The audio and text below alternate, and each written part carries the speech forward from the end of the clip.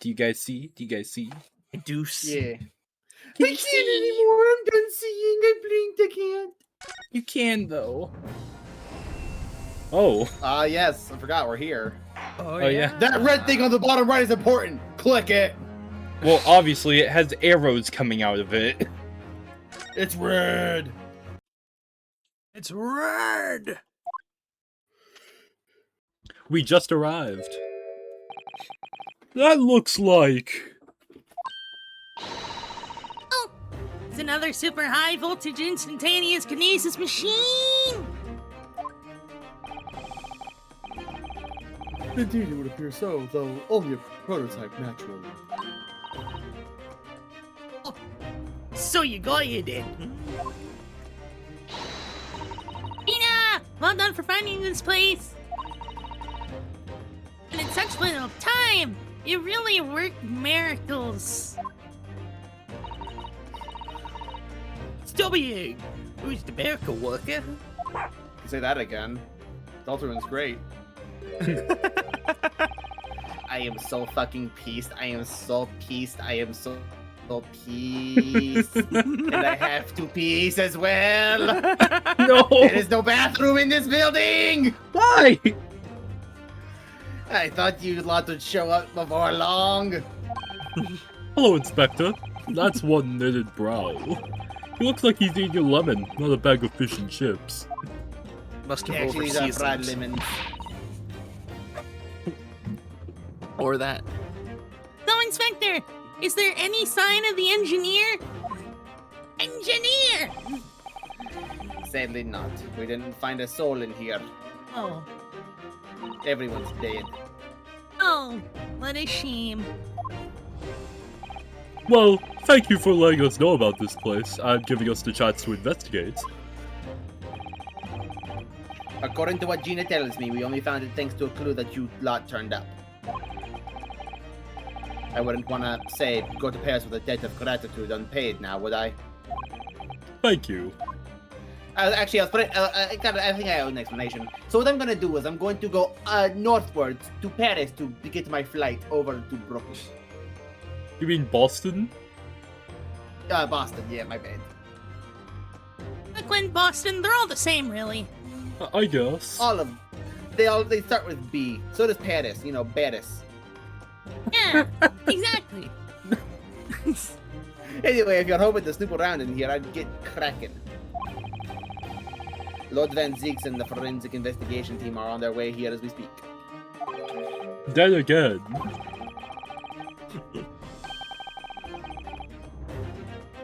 I imagine you've got the picture by now. They don't take too kindly to lawyer types. Right. I'm sorry, all I can see is Lord Van Zeeks doing that recent running meme to that one song. I forget what it is, but like... I don't know what you're talking about. My dear but, fellow, let's turn this place upside down whilst we have the chance. Grabs the building by its walls and literally turns it upside down. They'll never get anything so long as it's ruined like this. And you, Sholmes? Pardon? They take even less kindly to great detectives than they do to lawyers. Very droll, Gregson. Very droll. My bad. Luigi, I mean. Yeah. But you may consider me nothing more than an inconspicuous waxwork model. I found the thing I was Right talking then. about. Let's see what we can find in here. Examine everything. Oh, there's an up. That's just for that. We don't need to look there. Probably. Maybe. Here's the red thing. A red thing. This is... It's a European-style quiver of arrows with steel bullets inside. I have some bad news, Stevie. Yes. That's not a recent meme. Yeah, it's somewhat recent. Somewhat. It's 2 years old. Jesus Christ, I'm out of the loop. Yeah. Oh no. Anyways. Oh, do you suppose? Crossbow bolts, these, and just the right size for the Just the right size for the bowl you lot turned up at the exhibition grounds. These lemons are really making me feel not great. Why are you eating lemons? Anyways, in other words... Well, it's simple actually. It's because the fryer I usually go to ran out of potatoes. He said the only thing they have a batch of at the moment is lemons, so they'd be willing to make me a bag of fried lemons if I wanted to give up the fries and churros. Oh. I said yes because I'm really hungry. No, Anyway, that's more evidence to support your theory. It all goes to show that Drebber was the one pulling the strings behind the scenes of the whole scam. the details of the crossbow have been updated. We already know what it likely says, so we won't examine it again. Okay, what else can we examine? Trophy, obviously. Ooh, trophy. What does it say?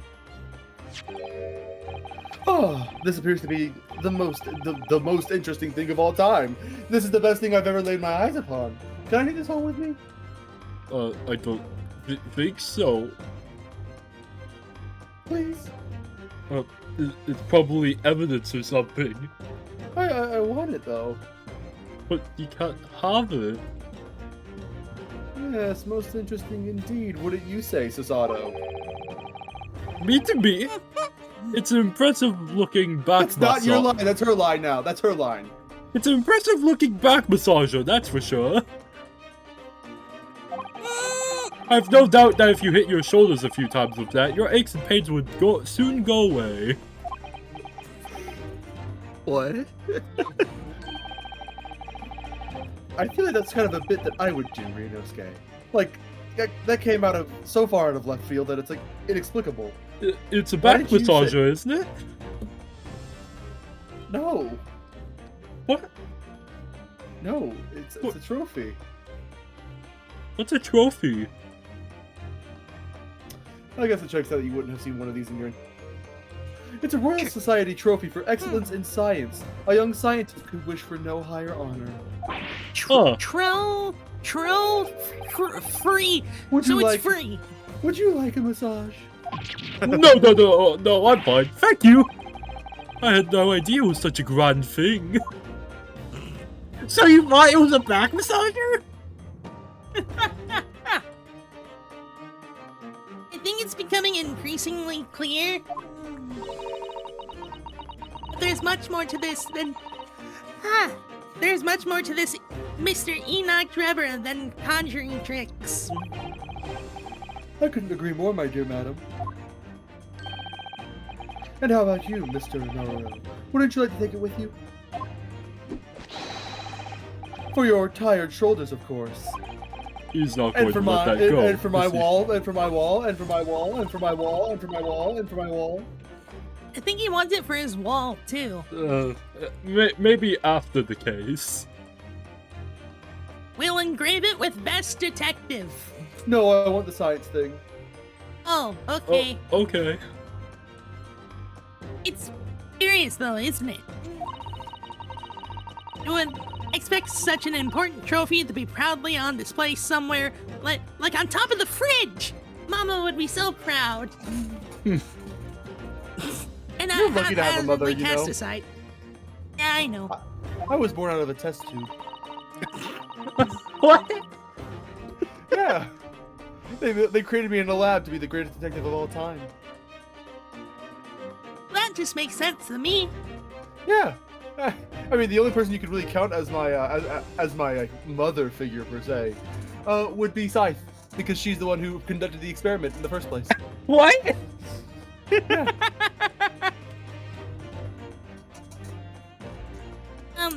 Anyways, also, I'm pretty sure that English gentlewoman can be, or gentleman even can be quite a mystery at times. I'm not. I'm a test tube baby. What else can we examine? Door! Ooh, the door. Door! This door doesn't want to open. Well, fuck you too, Door. It looks like it's got a pretty hefty lock on it. Don't you worry, though. I know the special trick. Open sesame. There's a specialist locksmith on his way over from the yard, so hands off until he gets here. With permission, Inspector, I could have that lock open in less than a minute. But you don't have permission, and no one's given it to you. Luigi looked as though he really enjoyed that. Look at his smug face. Yeah. Yeah, that's right. I denied you. Well, there's no sound of anybody on the other side. No, Drebber must have fled the first sign of danger. Okay, so we might need to get permission. Oh, wait. Maybe. Huh? That window. Check that window out. Up Ooh, there. the window? Ooh, the Yeah, window. the window. Ooh, the window. What? Oh, we can't check out the there's window. nothing. I This is thought depressing. I thought they would have gone out the window because like the ladder up there. Very fair. I'm sorry, Mr. Naruto. That machine is covered by the Special Dispensation for Science Equipment Act. There would be serious repercussions if you were to examine it from the Crown and the government.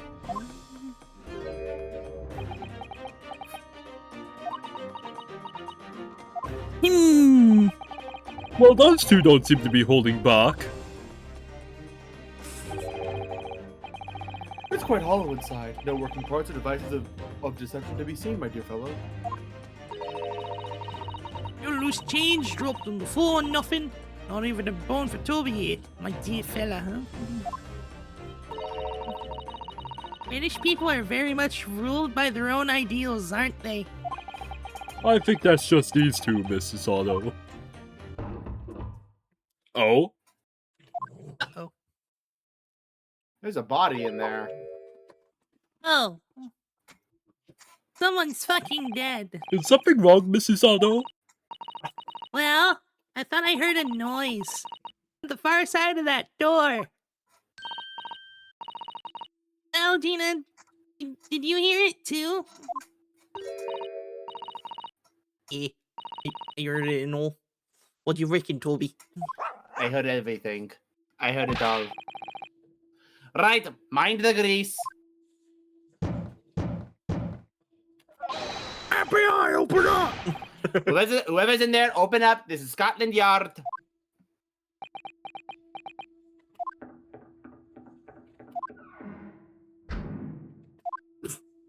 Huh? Oh my, someone is in there! Ah, this rotten bleeding lock. My dear Gregson, as I Luigi. had said only minutes ago. Oh yeah, my apologies. I just had this person on my mind for a few days now. I can't Oh. quite get them out, you know. A lot of people have, I don't know why. Yeah, it's just, weird. you know-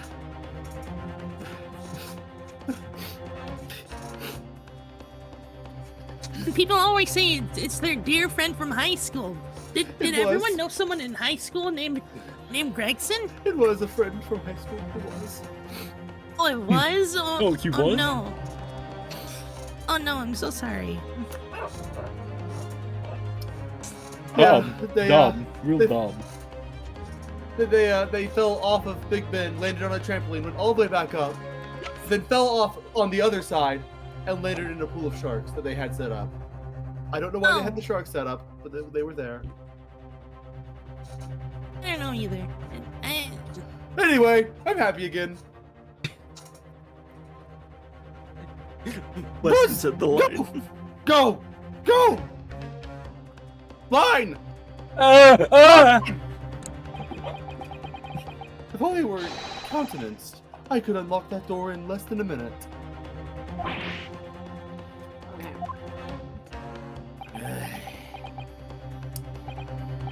Fine, I'll take the rap for it. Okay. Give me a beat.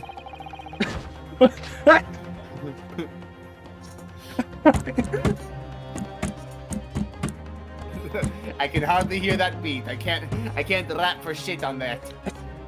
Well, Ow. sucks to suck, I guess. That's even worse. That's even worse. That's even worse. Let's just continue. There, you may enter at will. You've confused minutes with seconds, I think.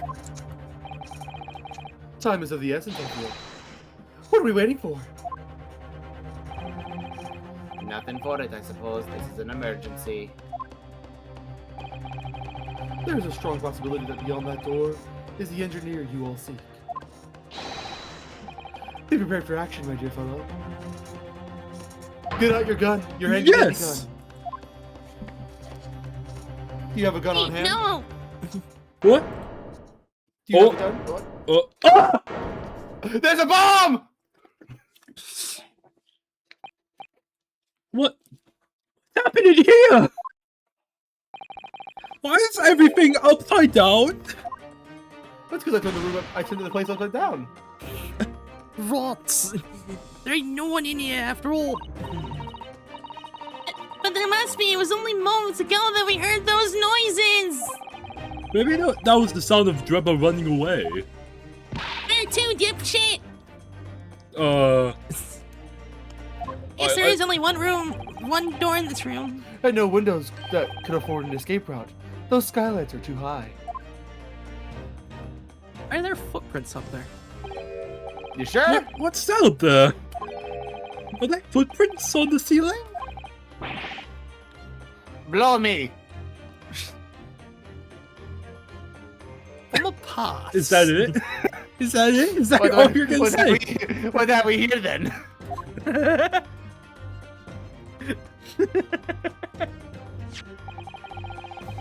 Looks like someone was trying to burn in something in a hurry. Oh, that looks like a set of blueprints! For what? To that Professor Hairbrain's bottomy machine, is it? Blimey!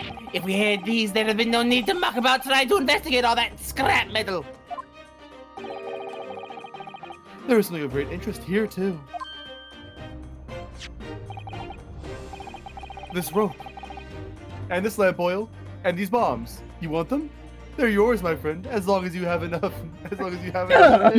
You're not Morshoe. This rope was lying on the floor at the foot of that pillar.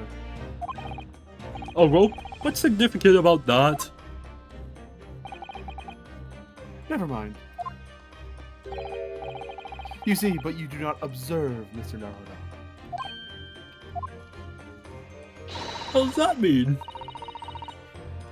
We must investigate the entire room thoroughly, and before the forensic investigation team arrive, too. Timer appears in the top right screen. There is just a bomb there. That might be important. There is just a bomb there. Mr. Sholmes, have you found something? Bomb.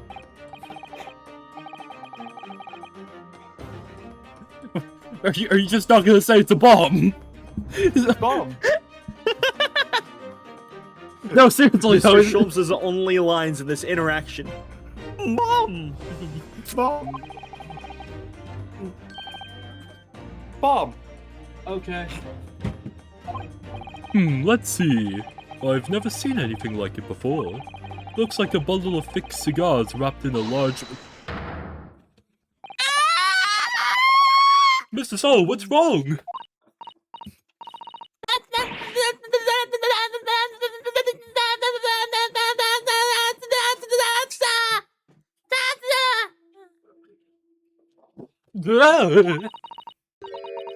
Surely that's the time bomb, isn't it?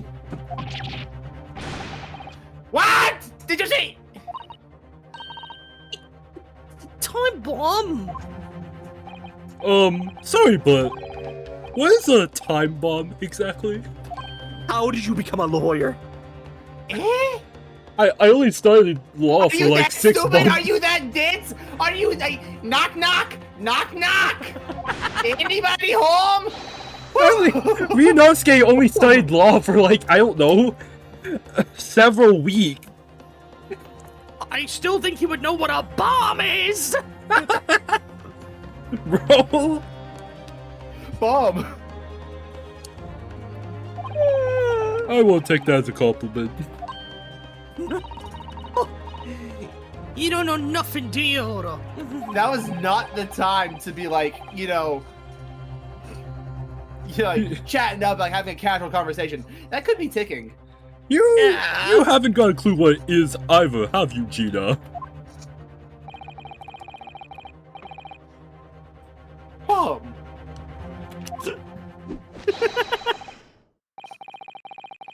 What? This particular specimen is no bomb, though I confess it has a very similar appearance to a bomb. Fuck you. Fuck you mean? Oh. Well, thank goodness. But then what is it? Oh, it's dynamite, which is clearly a difference. Landmine. What's a landmine? Goodness, Mr. Sholmes, have you seen the heart of the matter? Wait, are we gonna do another dance of deduction? With a bomb? With a bomb? There are times when I consider my lot most unfair. For I'm fated never to know how it feels to flounder as you do when a puzzle presents itself. Oh Yep, my we're God, doing it. yeah, we're doing it with a bomb. Sholmes, now is not the time to deduce! But I have learned to accept the hardships that come with being a great detective, Mrs. Otto. Here we go. I feel a great deduction coming. Once again, I can draw two conclusions from the scene that we see before us. The first is that the inverted nature of the furniture in this room is the work of Drebber himself. Oh, but how could you... And the second conclusion is that the small device on the floor there is without question completely genuine. Please, Mr. Sholmes, you must explain everything! And very quickly, because there's a bomb! It would be a pleasure, my friend Bomb. After all, it is a great detective's civic duty to teach Scotland Yard the finer points of the trade and bombs. I will fucking kill you if you say that again. Well, Inspector Luigi seems to line with the idea anyway.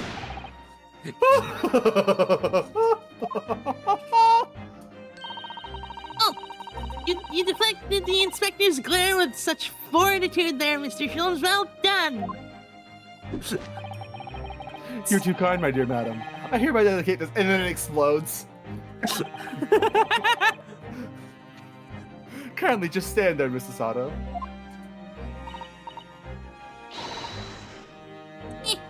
Oh, yes! I'd be...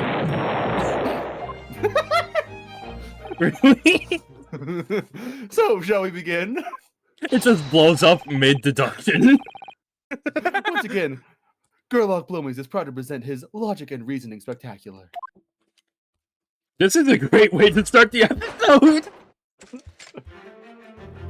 Okay, let's see what batshit crazy thing you say this time. I too am curious. Flipped furniture.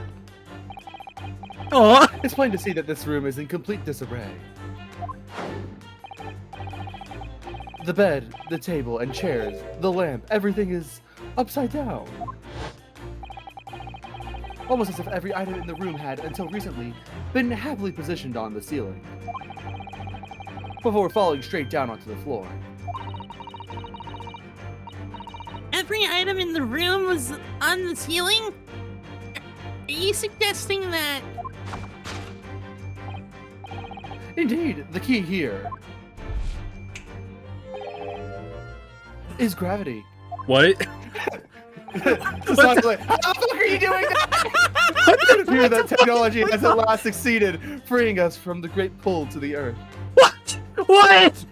It's good to know that Sholmes has the power of gravity. For the gravity in this room was reversed and then suddenly restored to normality. What? Goodness! The inverted furniture clearly reveals the truth about the part gravity played in the whole business. I quite understand your skepticism, Mrs. Otto. I too was incredulous at first. What is going on? However, my conviction in my analysis was cemented when I observed this. An anti-gravity device, almost identical to that one featured in a dream of mine I had the other day, in fact.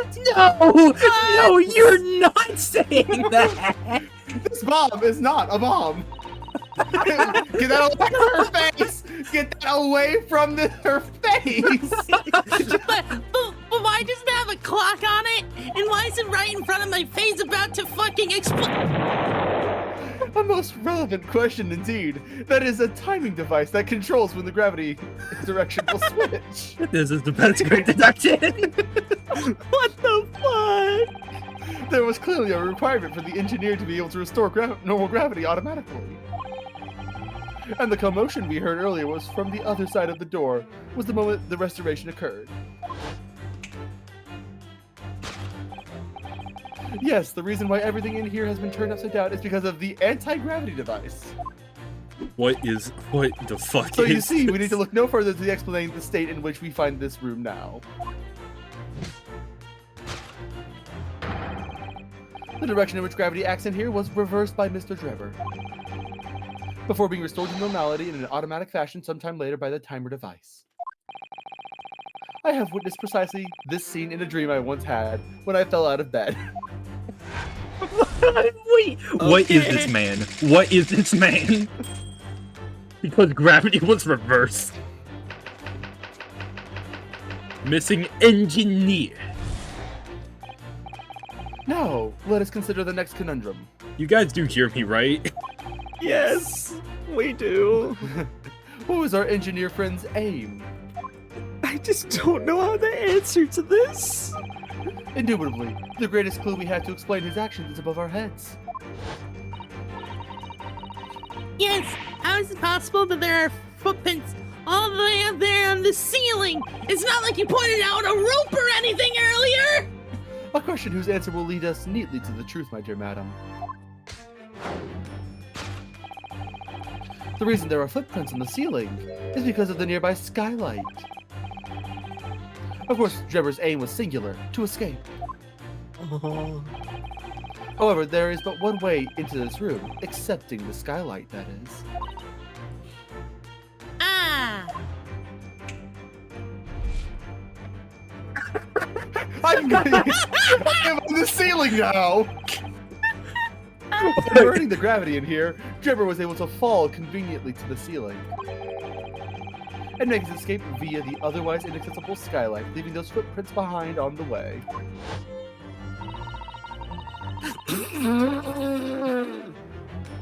The ceiling in here is very high, Mr. Sholmes. This is the best case. Just hands down, this is the best case. This is the best case in Ace Attorney. What the... Look, I get that you want something funny, but holy shit. This is batshit insane. Yes, like... What shit are you guys on to do stuff like this? Like, Sholmes is gonna run into an atom bomb and think, oh yes, if I'm looking at this correctly, this will just turn off the gravity on the entire planet. This is peak. Now, if I just press this button here, you'll see the countdown will start! It's nothing to fear, though. We'll just lose gravity. Here, starting at 5, 4, 3, 2... This is the best thing ever. This is just the best thing ever. Read! Read! If the gravity reversal was sudden, wouldn't Mr. Drebber have fallen up to the ceiling rather violently? He was splattered. Hey, Susanoo, want to do that one scene from Spider-Man? No! Following up is both scientifically and philosophically a rather interesting concept, I feel. I would have, like, you know, not busted it, but, I've already messed up badly. You've screwed up that badly. Yes, I have. Did I say that line? I don't remember. Yeah, I think you did. I would have, like, interjected there if I was younger and, like, still horny for Susanoo, but, like, I'm not. So, I'm really like, proud of you. Since the days on the SS Burya, you have matured quite a bit. But the man was cornered with nowhere to run, so escape through the skylight was his only option. You may recall that I found this in the room earlier, which I believe offers a solution. Oh, the rope! To reach the intended destination, what better tool than this rope? By anchoring one into the wall, the man was able to lower himself safely to the ceiling. Which explains how Drebber was able to escape this room before our arrival. Okay. He reversed the pull of gravity and fled via the skylight. What the fuck? Okay. How the fuck are we gonna solve this? And personally, I should very much like to reverse the pull of gravity again now, just for fun. So I'm gonna turn on this device on the floor here. Real quick. Give me a second. No, seriously though, how the hell are we gonna go about with this? Thus concludes Girl Like Blomy's great deduction of this topsy-turvy puzzle. Ah.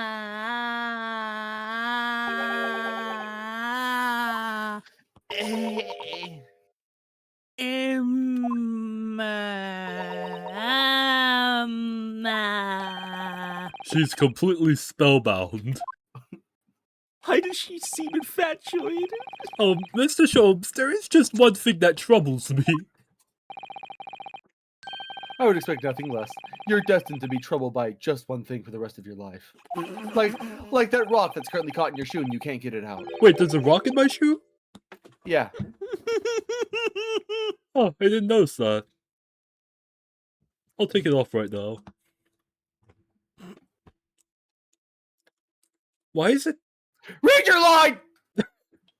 The thing is, is such a thing actually possible? An anti-gravity device, I mean. You fucking told me teleportation isn't possible. How could this be possible? Well, you see, that's the thing. Teleportation is unrealistic. The flipping of gravity is very realistic.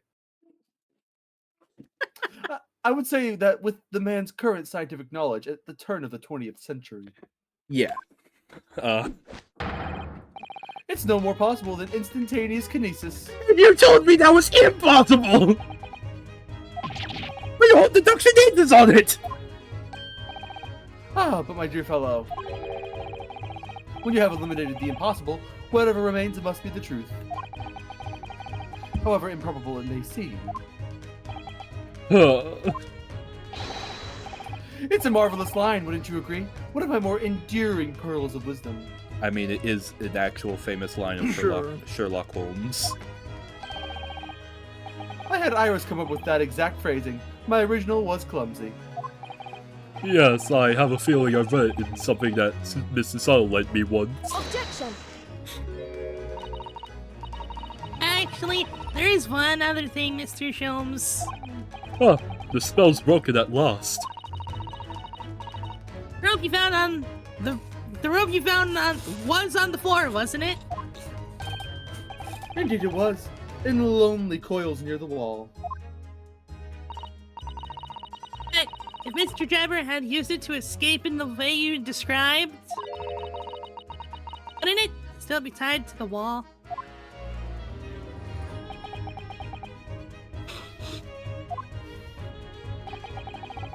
Mysteries inevitably unravel in the end, as I think you'll find. Do ropes. And as evidence of such, you need only look at the mystery we face in this room, now skillfully unraveled.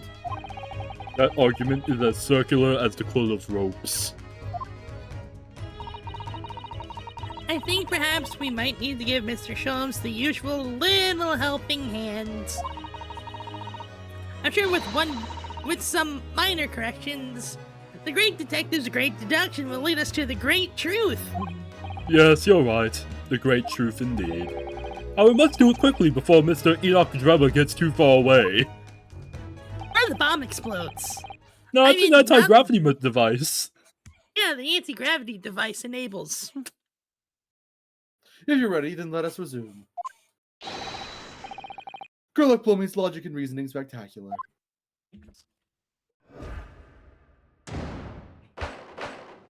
Hold it, Mr. Sholmes. Again, for like... Oh no, what is this? The 8th time? Alright. Go! Oh yeah, I forgot. We don't repeat these lines. Yeah, why would we?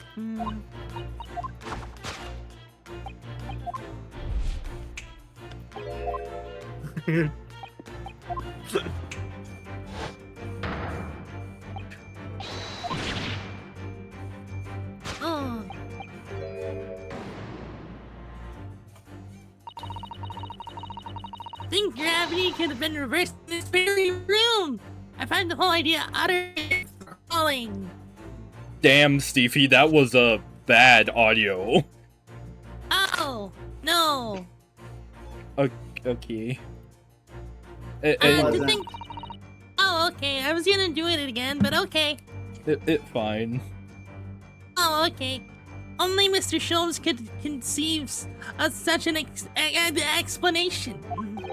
But the man himself admitted it was a scientific impossibility, so... Yes, you're quite right. You must completely discount the idea at once. Oh, that's unusually merciless of you, Mrs. Sado. And you have eliminated the impossible. Whatever remains must be the truth. The great detective himself said so, didn't he?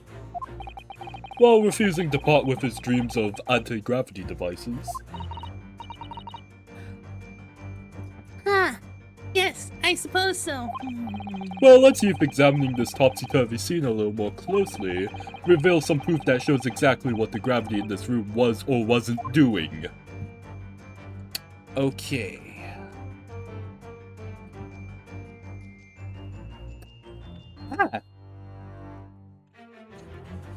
I guess the upright face. If gravity was, you know, reversed, like, it would have went to the ceiling and smashed, then if it went back down, then... Oh yeah, true. So yeah, it has to be the upright face. Unless it was, it was, this. Also, are we not questioning why there's a safe in here? Let's not. Okay. There's no safe.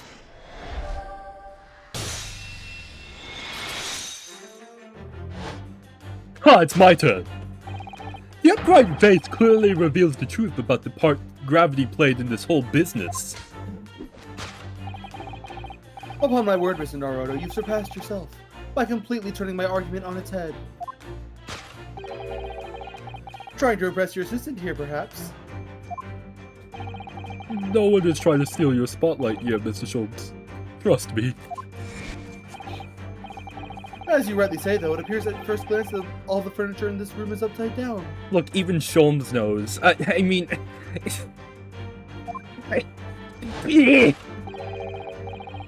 This unassuming slender vase is standing keenly to attention. And unlike the large safe, there is nothing affixed to the floor. There's nails. And it's the exception that breaks... It's the exception that breaks the rule. In short, much as it pains me, the gravity in this room was never inverted at all! My deepest sympathies for your loss. Oh, poor Mr. Sholmes. Death! But the show must go on, so let's continue with our deductions. Now that we know that this contrivance is in fact not an anti-gravity device, there remains but only one other possibility. You don't say.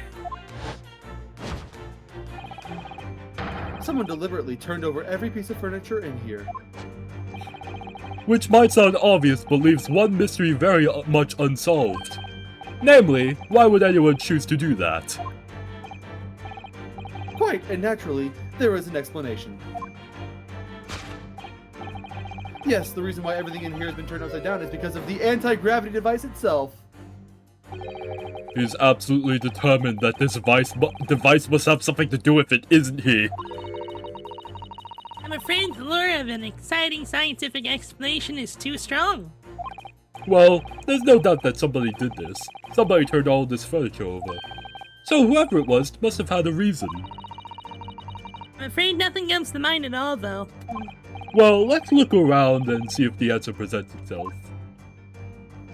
It's the safe code. Oh. Yeah. That was kind of clear as soon as they, it wasn't all turned upside down. Yeah.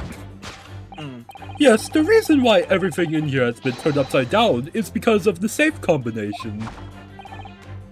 Precisely, I believe, Mr. Naruto. that you had a very similar experience once, did you not? Yes, last year. When I bought a lottery ticket and wrote the ticket number down on the inside cover of a book just in case. That's it. For people who are forgetful souls at heart and always make a written note of important information. Keeping the ticket itself safe would be more sensible, I think. And what, pray, happened next, Mr. Naruto? When the day of the draw came round, I'd forgotten which book I'd written the number in and had to turn my room upside down to find it. That's it. For people who are forgetful souls at heart and always forget where they've noted things down.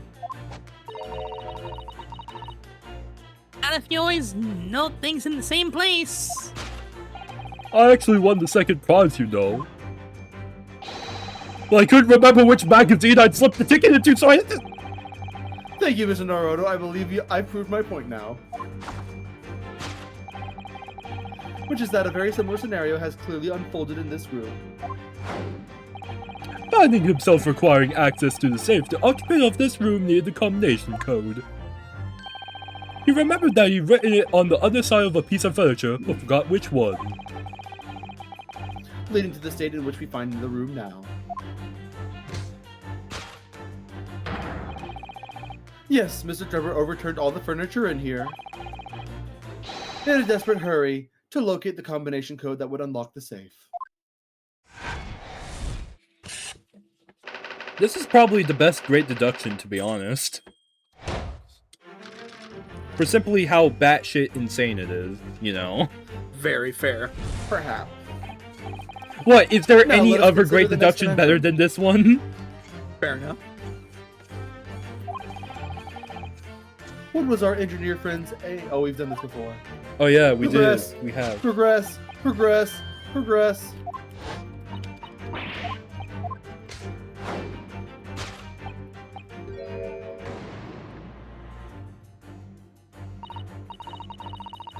Well, if a change in the direction of gravity can explain it, then how did those footprints get there? Yes, I feel as though that particular mystery has just become even harder to solve. I can't think of any other way to explain it at all. Bro. Oh, life is so much simpler in those...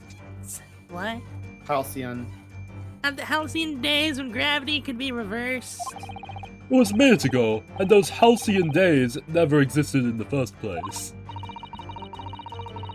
Well, I suppose we must simply put our faith in Mr. Sholmes and observe the area in more detail. Putting our faith in Mr. Sholmes is what gets us into these situations in the first place. It was this...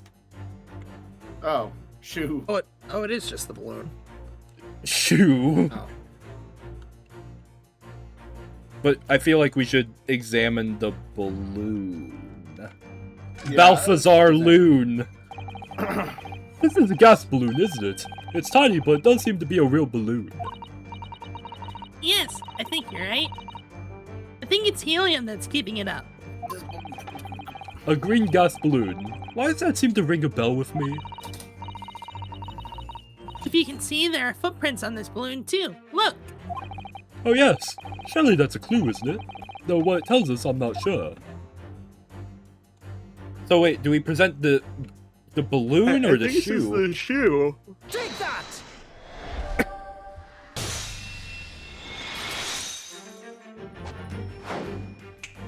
Ha!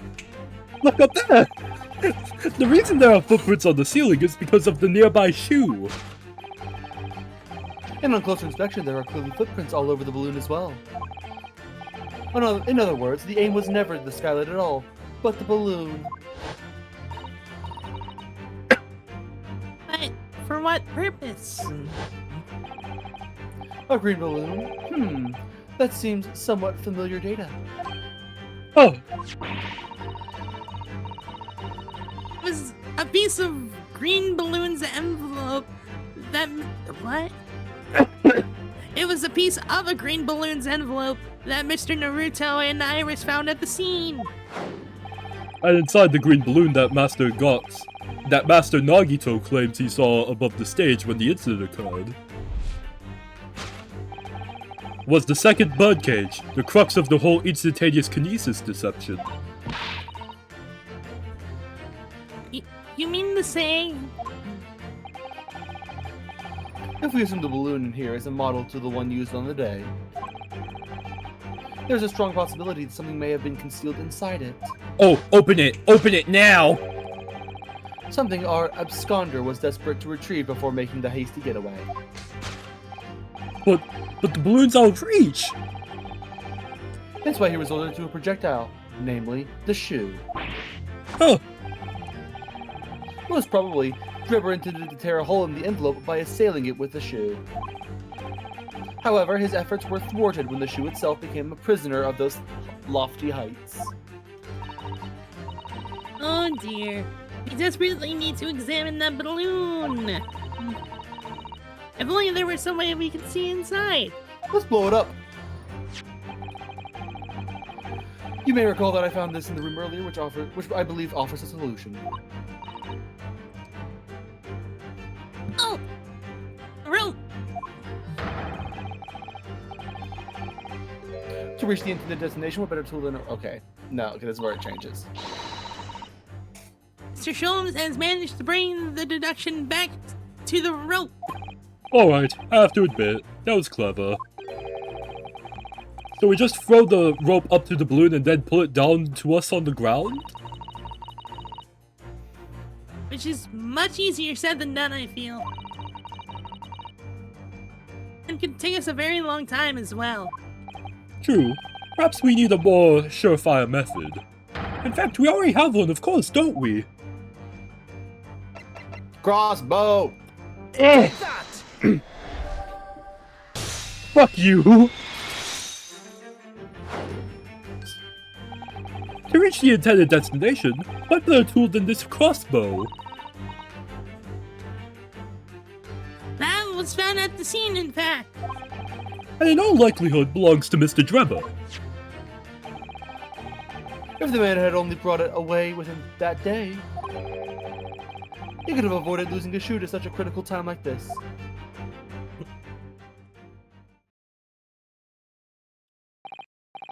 So, shall we?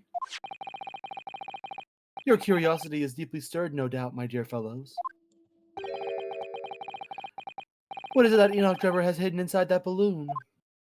A second bomb.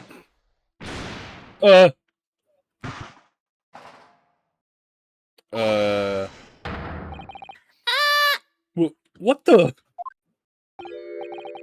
A waxwork?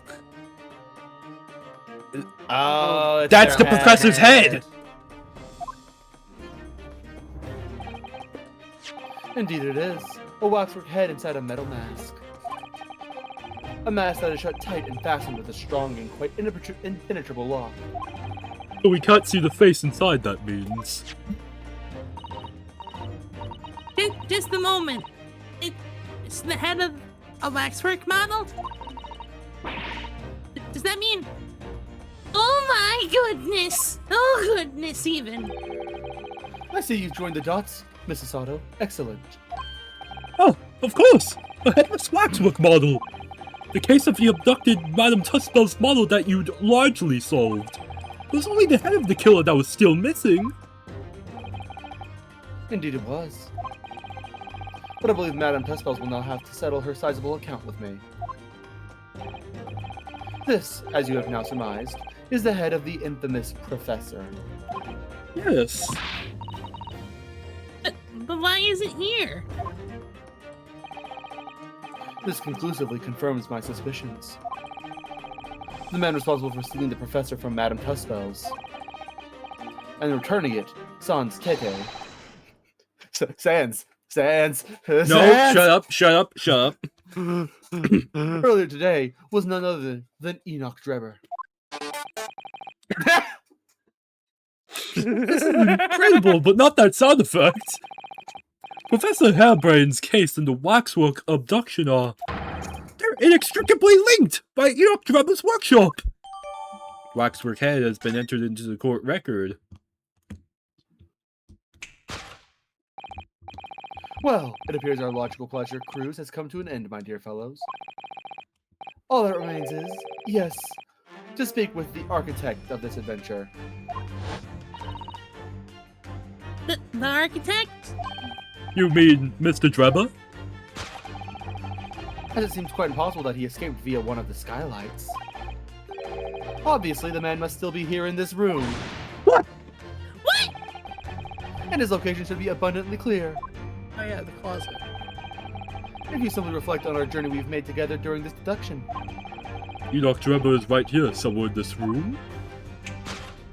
Or the safe. So, Mr. Naruto, will you do the honors? Yes, of course. He's in the safe. Yeah, most likely. Mr. Drebber's hiding place must be the safe, because he had to look for the safe code to get inside it. That's what I presume. Yeah. Before we gained access to this back room, we heard noises from in here. Which tells us that the engineer was still in the building at that point in time. He was in fact searching for the combination to a safe. Also, I'm floating somehow. I'm holding you up, actually. Oh, I And guess I'm Pressure holding Time you up. made no attempt to right the furniture that he overturned in the process. From which we can deduce that his search for the combination happened very recently indeed. Man, Dolly you're heavy. Zoom. In summary, Mr. Enoch Drebber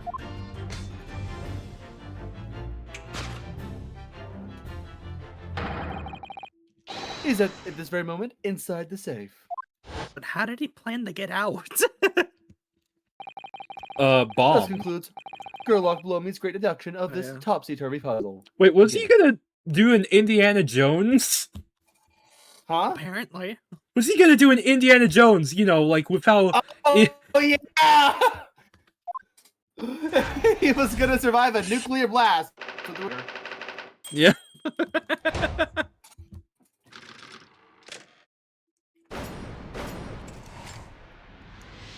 Elementary. Anyways, we're finally meeting the guy. No, we're gonna Yeah. die. Oh. Oh, right, the bomb. So, Mr. Naruto, I think perhaps it's time we ended this game of hide and seek, don't you? By opening the safe, you mean? What else? Dummy. Let's see, the combination was 1... 432-582. That's not how numbers go, I Susato. knew that! Alright then, here goes.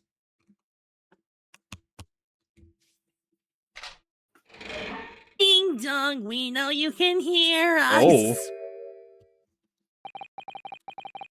Oh.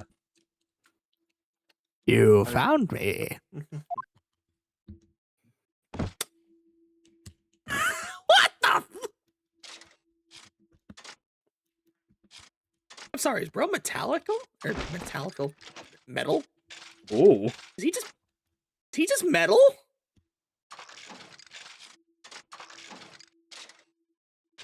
Oh my god.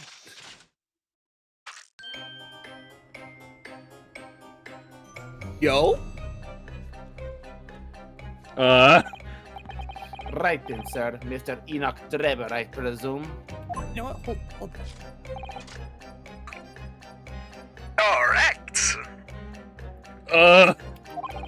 You'd better start talking! You tricked Professor Hairbrain with that bogus machine you built!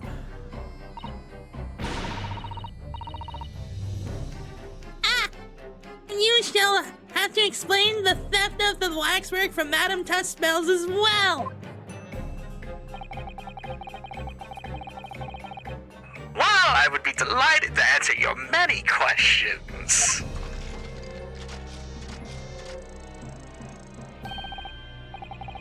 Personally, I would advise that you deactivate my little parcel first.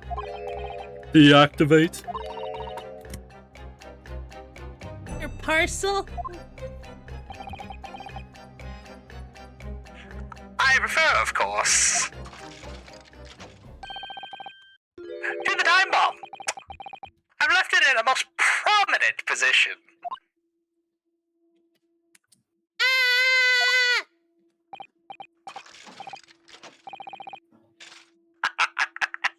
I see stunned silence.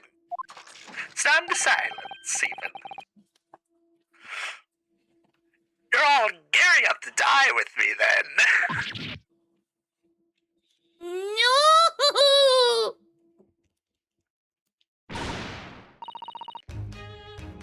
Mr. Sholmes! With only 7 seconds to spare! I'm too close for comfort! I've got one foot in the grave already! Are you trying to help us get a killer or get us killed? Mr. Sholmes' deductions can be completely life-altering, can't they? Well, my dear fellows, that was a close shave. The resemblance to an anti-gravity device is really quite startling, I must say. Oh my god. Anti-gravity devices don't exist! Phew. I would push it, Mr. Sholmes. No! Why do I love this song so much? It's good? I think this might be one of my favorites so far. Let's examine the Just because safe it's so first. stupid.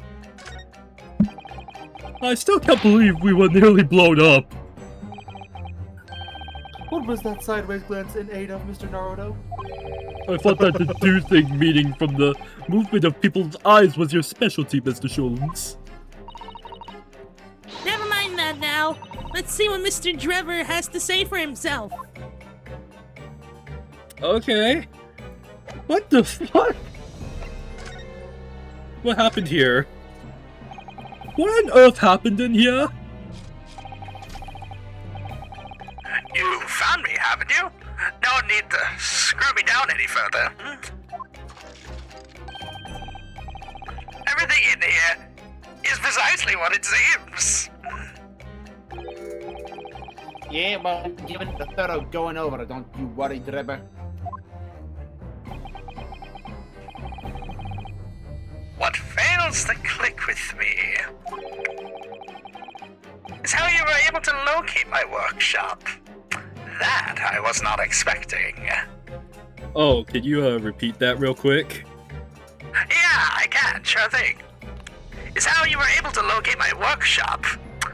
That I was not expecting. Thank you. Something weird happened with my headphones. When I heard whistling from the other room, I knew it was time to bolt. Whistling? Oh, that would have been me. Oh! For some reason, I woke in a fine fettle today.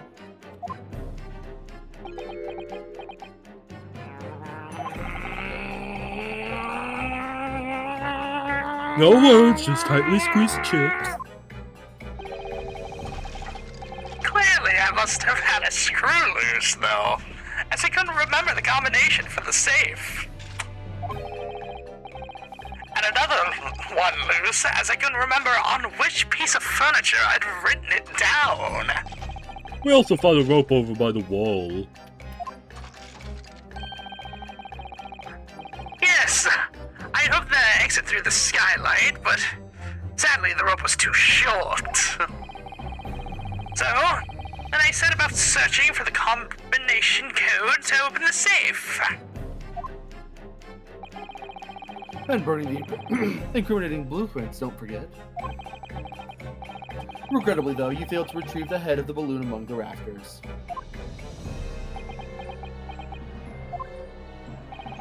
And after that, you hid yourself inside the safe?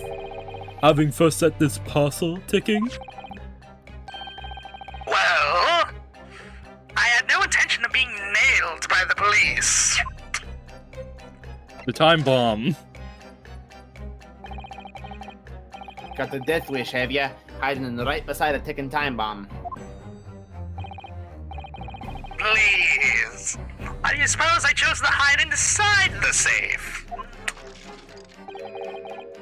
It's no ordinary safe. It's specially designed. A dynamite explosion wouldn't leave a scratch on it. So it really was Indiana Jones. So in fact, the safe was the only safe place.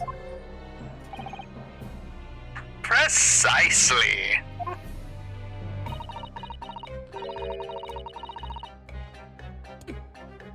But once you climbed inside, you wouldn't have been able to get out again.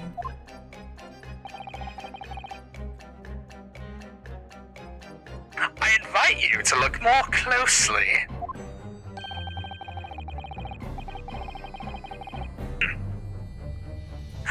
The safe is fitted with a handle on the inside to allow the door to be unlocked from within. Oh, so it is. I had always intended to blow this place to smithers in any case. Just wasn't expecting uninvited guests to come along and screw up my plans. Do you mean to say you were planning to blow up this all up? No. That was unforeseen. What do you mean?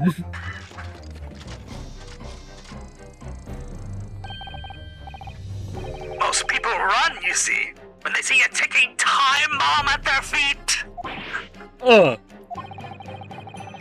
I calculated the time required for retreat to a safe distance and set the device accordingly. But your seemingly endless discourse in here threw a spanner in the works. Got anything to say about that, Sunshine? Is something wrong, Luigi? Do I have something on my face? Besides the usual eyes, ears, nose, mouth, skin, teeth. I really like that this guy's theme for no reason. It's just really good. I don't know what it is. It's too good. I think we have a fairly good idea of what's been going on here now. But what about the two incidents you've evidently been involved in recently? Professor Hairbrain's instantaneous kinesis experiment at the Great Exhibition, and the waxwork model you stole, which this head belongs to. That's no ordinary head, you know. That's the head of the professor. Clad in a mask with the lock so strong, I'm briefly to reveal the killer's identity. I've been considering carrying it around as... Why are you here? Oh right, the special whatever thing. Yeah, now what's going on here, Gregson? Luigi. Oh yeah, Luigi. Gregson was my good friend from high school. I have some bad news. Oh, no. What would that be? We'll talk about it outside. Oh. I'm sure you're aware that I have sole jurisdiction to investigate here. Yes, well. Dr. Slife again.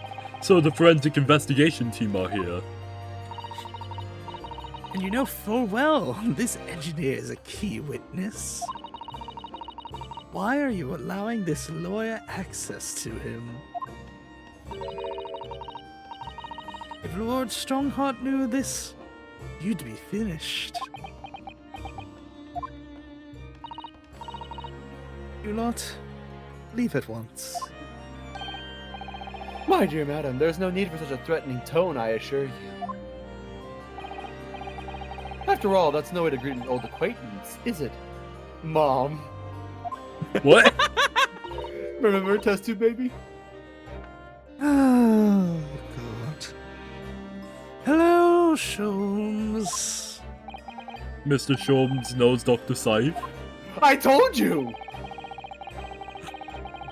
If it's protecting the door that's causing such a sour expression on your face, you are quite misguided. It's really nothing more than a shower you... Get out.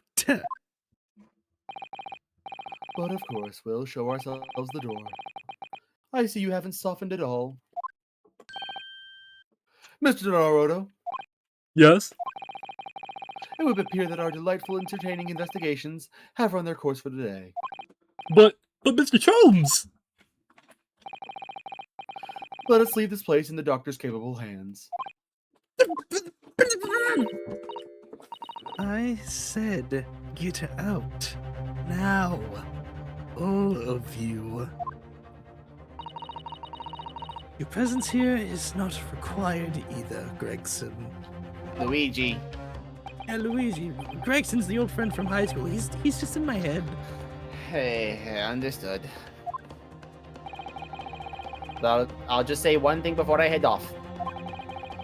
If it wasn't for this lawyer and his companions, we'd never have found this place in the first place, and the whole workshop would have been blown to bits. There was a time bomb set in here that this lot disarmed. Inspector. Wow, he's actually defending us! I didn't expect that from Luigi. Yeah.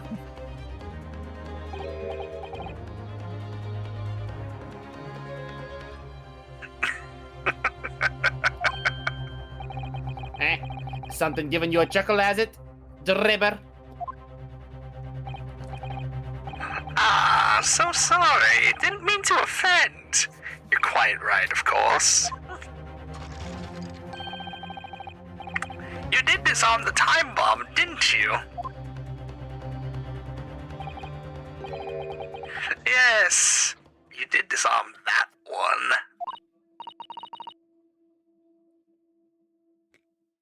Yeah. What are you? That one? You mean?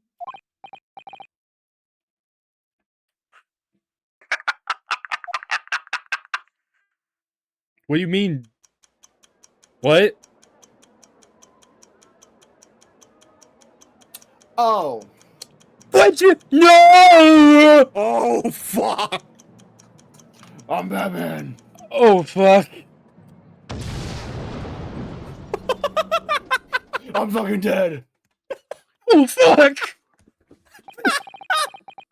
It was an hour later that we heard the news of the enormous explosion that ripped through the experimentation stage at the Great Exhibition.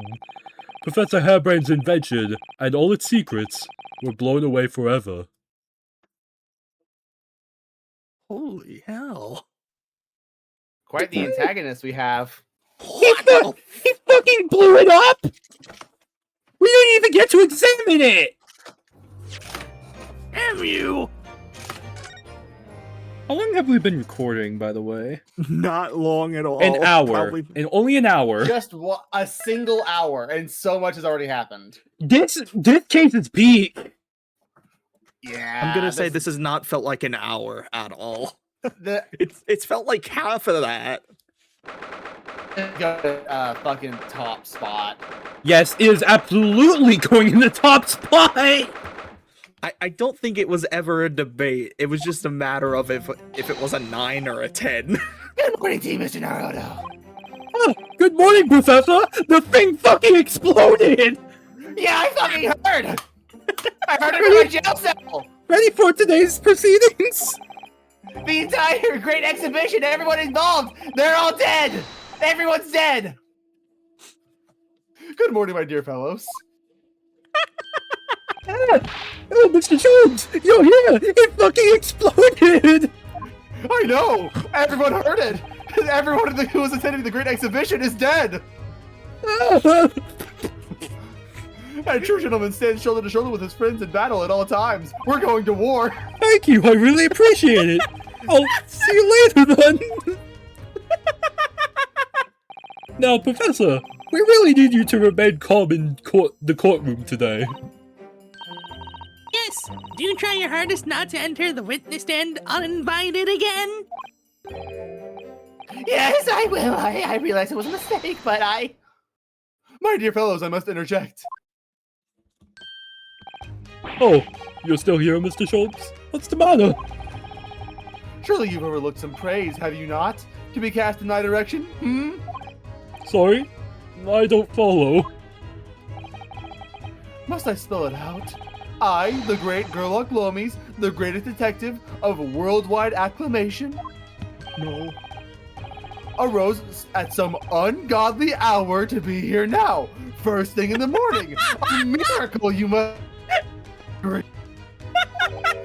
Well, if I must agree, then. As you know, my sleep is quite impregnable. Iris had to employ her full gamut of tactics. She pulled the covers off, shook me, poked both cheeks, punched me, and kicked me off the bed. Then she poured a boiling cup of her latest experimental blend on my face, and at last I was bestirred. Oh, The skin has been melted off my face. Oh my! Iris has been busy. Iris doesn't have it in her to go that far. She's too nice. I sense the spirit of a fellow scientist, one who relishes in the infinite possibilities of blending tea. I'm the one worthy of praise here, not Iris. This is my victory. Sorry to cut who? But you. Sorry to cut in. Oh, Inspector Luigi. Good morning. Luigi, my dear fellow, why the grim expression at this delightfully early hour? Oh, I don't know. Maybe because I've been confronted with a grimmer expression. Dear me, are you going to take that insult lying down, Professor? What? What? I don't know! Poor Professor. Anyway, here's the paperwork you asked for. What? What paperwork? All the paperwork. Oh. Oh, I took the liberty of requesting it yesterday. Makes sense. I have a feeling of it may prove useful. It's mine, though. You can't have it. You wouldn't believe the hoops I had to jump through to get this brought out of the archives. It's the professor's autopsy report. Why would... Eh? Why would we need that? At mass murders? Who killed 5 members of the aristocracy? Aristocracy, sorry. He was found guilty in a closed trial 10 years ago now. It was all done under wraps. And he was quickly executed soon after the trial. It's all in here. I guess we should look at that.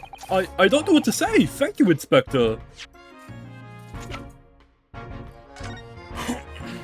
Condemned prisoner, redacted for confidentiality. Pseudonym the Professor. Death by hanging confirmed by at midnight, 17th June. Courtney Stevens. We know anyone with anything like wrong with their neck? CS. Courtney Scythe. Courtney Scythe. It's just... Yeah, it could be Scythe. She has a daughter!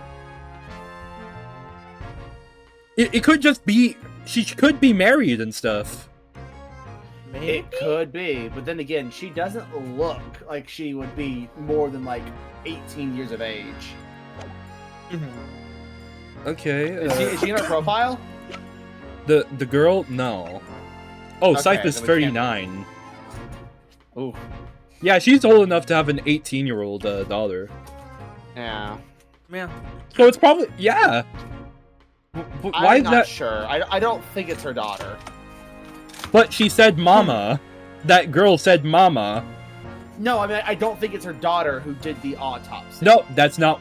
No, I'm saying that Scythe, that Courtney Stevens is Courtney Scythe. Yeah! Obviously, yeah. I'm stupid.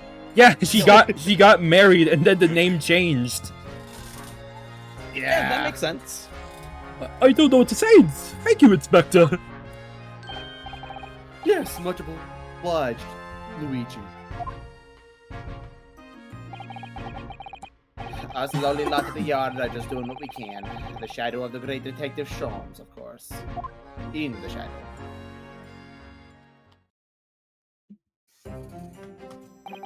Well then, Professor Hellbrain, this is it. Today we're going to lay this all to rest, at last. I wish you the best of luck, Professor!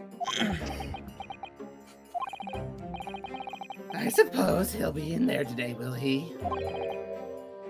Drebber. Yes, we expect the prosecution to summon him as a witness. I don't get the joke name of Drebber's name. Enoch. Drebber.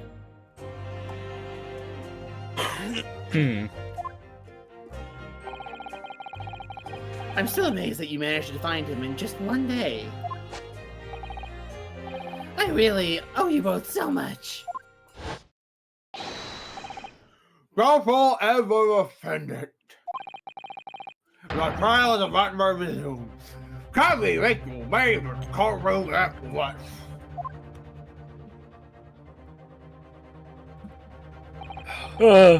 This is it then, the final chapter. Honey, my heart's racing a little. I've not felt this before, actually. This gonna be in there. This strange foreboding. As if something's going to happen in this trial that I'm not ready for. Oh no. But I can't let that distract me from the only thing that really matters. Finding the truth. You could say, wanting to find the truth. Ba-da-da-da. Shut. Oh, he's right there. Oh, I was at Guam again. It's only been a day. I mean, as soon as the trial ended, I got instantly transported over there via my instantaneous kinesis machine that I developed back in 1726. But we already established that that's impossible. Yeah, my hairbrain, he sucks. Oh. In the name of Her Majesty the Queen, I hereby declare this court to be in session again. We resume the public hearing of Albert Hairbrain, here present who stands accused of murder. Probably. Are the counsels for the prosecution and defense ready to proceed? That's right. The prosecution is ready, my lord. The defense is ready, my lord. As promised, Lord Van Zeeks has his apprentice with him. His apprentice with memory loss. Hi, Kazuma! Hi, Kazuma! Just like waving. Kazuma! Kazuma! It's me! Kazuma! If I may, Lord Van Zeeks. Yes, my lord. There appears to be someone standing at your side. They look kind of ominous.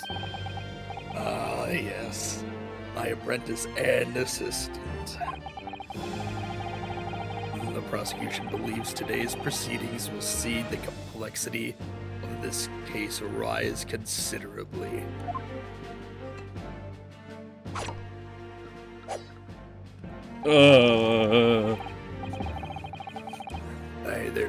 I therefore instructed my assistant to attend to ensure the smooth running of the trial.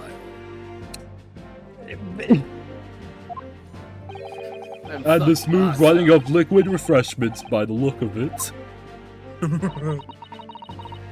The way he holds himself, the way he moves. Couldn't be anyone else. But he's still suffering from amnesia, so there's really nothing we can do at the moment. I know, but... Oh, this is so very hard. It would appear the prosecution has done a fine job in responding to the demands of the court made yesterday. This case is fucking peak. I wasn't asking you, counsel for the defense. I understand you successfully secured the engineer who disappeared from the scene on the day in question. Yes, my lord. I intend to call him as a witness shortly.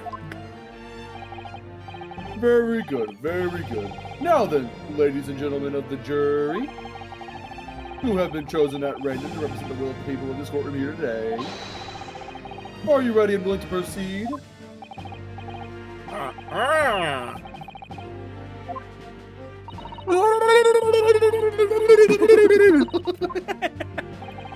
To take a man's life with a conjuring trick, it is against the magician's code, not to mention the law. Any fake scientist should feel the wrath of God, if you ask me. Oh. Okay, there. Yes, child. Wasn't like this in my time. Wasn't like this at all. Wait, we haven't even had a summation examination either. Don't jinx if it. all parties Oh, are fuck. ready, proceed. Begin. Go. What's happening, my lord? I don't know. Before I do, my lord, there's a report I must read to the court. Yesterday, at the Great Exhibition Grounds, the evidence of primary importance in this case. The super high voltage instantaneous kinesis machine, which was installed on the experimentation stage, was deliberately destroyed in an explosion affected by an unknown person or persons.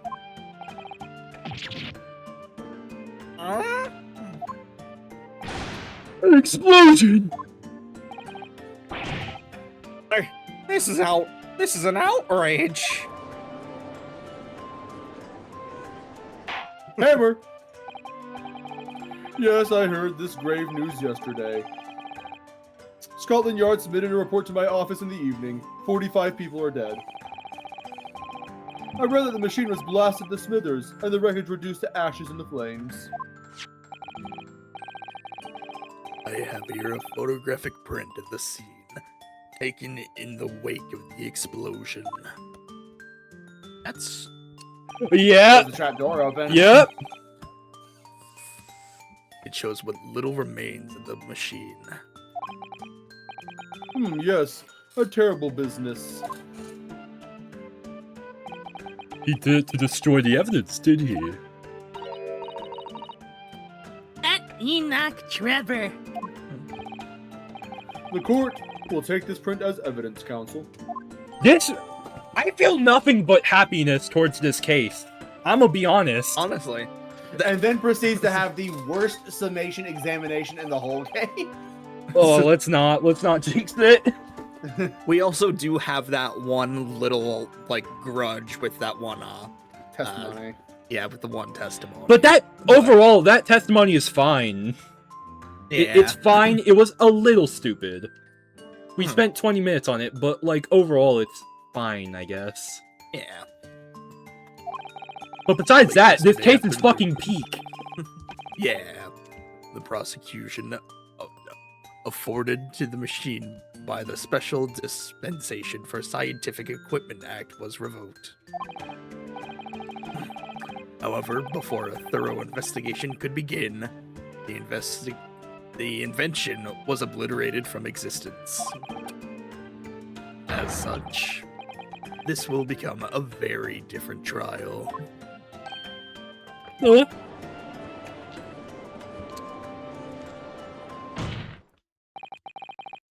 As it stands now, with no evidence on which to draw meaningful conclusions. The authenticity of the kinesis machine will remain forever in obscurity. Indeed. A most unfortunate state of affairs. However, one thing remains clear. The victim's death was the result of the actions of the accused. Of that we can be certain. For it was the accused himself who was operating the machine, and who ultimately caused its loss of control. Objection! As Lord Van Zeeks rightly says, this is a very different trial now. The accused accepts responsibility for his part in the events that transpired. He acknowledges that Mr. Assman died as a result of the accident caused by his machine's malfunction. However, unbeknownst to the professor, he was being deliberately deceived by a pair of very clever fraudsters. Names, counsel, if you please. The engineer, Mr. Enoch Drebber, and the victim himself, Mr. Odiasman. God damn it. So what exactly were these two men up to behind the defendant's back? The defense intends to expose that information, thus establishing the unequivocal innocence of the defendant. The first time the defense has had an opening statement in Ace Attorney, I think. Yeah! It took like how many games? How many years is the better How question? many years? This is actually canonically, like, chronologically, the first and last opening statement the defense has. The first time they actually reflected the real life law. Yes. Thank you, counsels. The positions of the prosecution and defense have been clearly stated. That's My another reason why God. this case is peak. It actually acknowledges. Yes. Finally!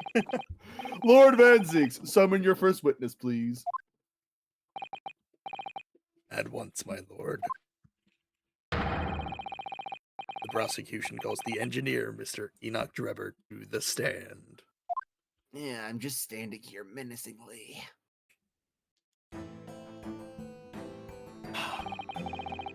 State your name and occupation for the court. Name, Enoch Drebber. Occupation? Hard to pin down, I would say. You that black Marco? Yes, why do I feel as though I've seen her somewhere before? Oh, you too? I had exactly the same feeling myself.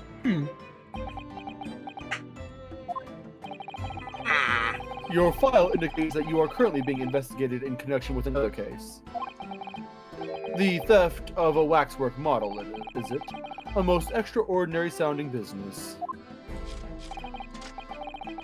But that has no bearing on this trial, I assure you. Keep it from your mind. Okay.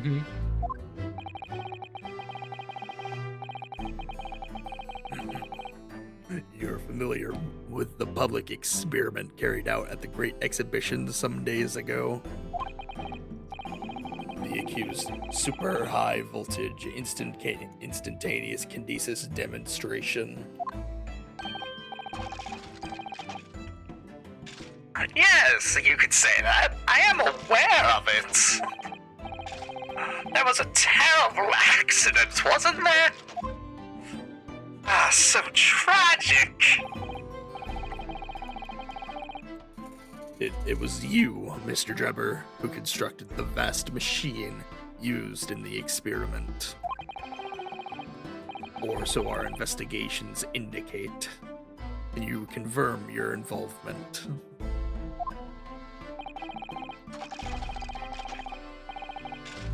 Yes, I constructed it in precise accordance with the blueprints, but that's all. Then the court would be very interested to hear your thoughts about the machine, I'm sure.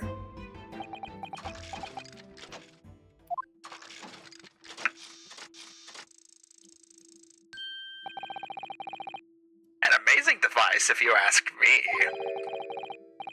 The pinnacle of modern science, making instantaneous kinesis of reality at last.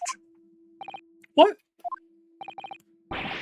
Good gracious, do you mean to say that the experiment was bona fide? Is that your belief, sir? Yes, that is very much my belief. Such a waste that it blew up. Objection! But we've already established the machine was nothing more than a prop for an elaborate conjuring trick. Objection! You've established nothing of the sort. Yeah, get your shoulder away from my face. Thank you. You're welcome. My apologies, I'm not used to someone at my side. All that was shown during yesterday's proceedings is that the same outcome could have been produced by means of stage trickery. The defense merely proposed a method and demonstrated its feasibility, nothing more. What? We've procrastinated long enough, I feel. Witness, you will now give your formal testimony. I said, do it! Do it! Understood.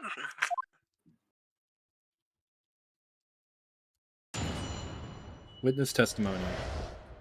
The kinesis machine. Met the young professor approximately 1 year ago through Mr. Osmond's introduction.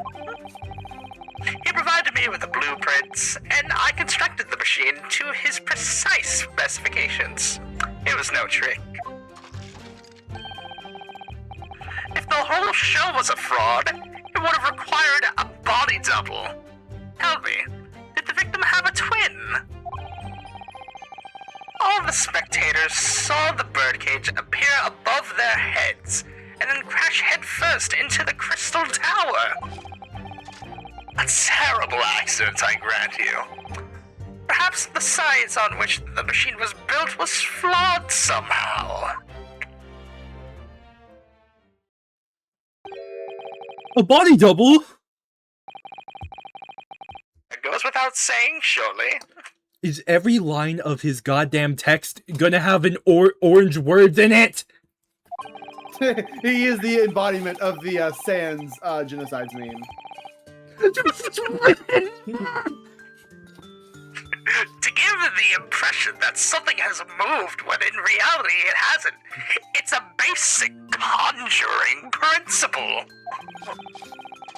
The deception cannot be achieved without substituting the original with a fake at some point in the performance. Lawyer, I remember your professors. Would I be right in saying you haven't managed to establish anything along those lines?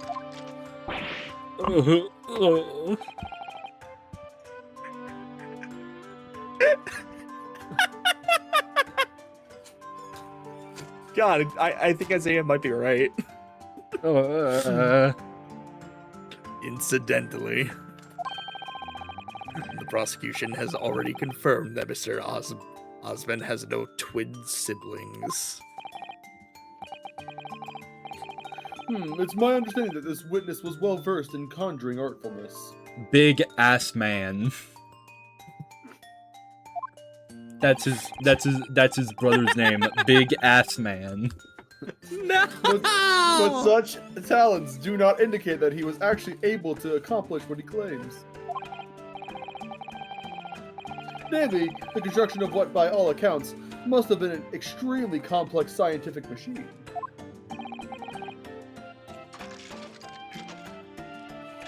Whatever do you mean?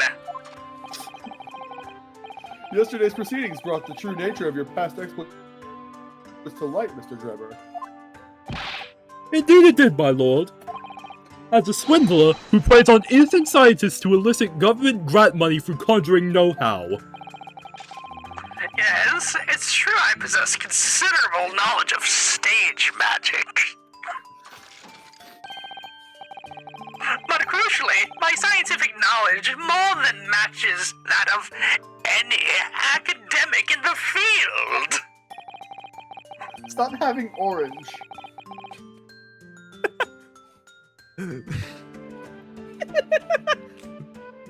I don't think he wants to. Investigation of the witness's workshop attests to that claim, my lord. As evidence, the police found this Royal Society trophy for young talent in science there. I don't think we examined a lot of the evidence we got from the place. Oh yeah, we I think didn't. Yeah, huh. So let's start with the trophy. Open the cup. It's the piston cup. It Oh, kind of wow. looks like it. Okay, we can't examine it. Besides The the only thing label. we can look at is the label. There's a little metal plaque here, look. But fostering Burger. burger talent for the future of scientific discovery. It seems rather ironic, doesn't it? But clearly Mr. Drebber really was a very talented scientist. The professor. I mean, there's not too much we're gonna be able to investigate here. If anything. The lock, I guess, maybe on the Where- side. There's the lock. Yeah. This lock does look very strong, doesn't it? There's definitely no way you could remove the mask yourself if it was put on you. What a terrible way to treat someone, even a convicted criminal. I know, it's starting to make me livid, actually. Mr. Naruto, please. I mean, just think about it. Imagine if you had an itch on your cheek all of a sudden. You'd be utterly helpless. Well, yes, that's true. I'm not sure that warrants quite so much anger. Oh, right. Sorry. Yeah, we can't see anything inside. I wish we could even see the eyes. The only thing I can, gather from this is the fact that the autopsy was made by Scythe. Yeah. And also, Yeah. this other autopsy report was also made by Scythe. What is her relevance? Anyways, this. She's a bad guy. One of the secret messages in the game, forensic science bad.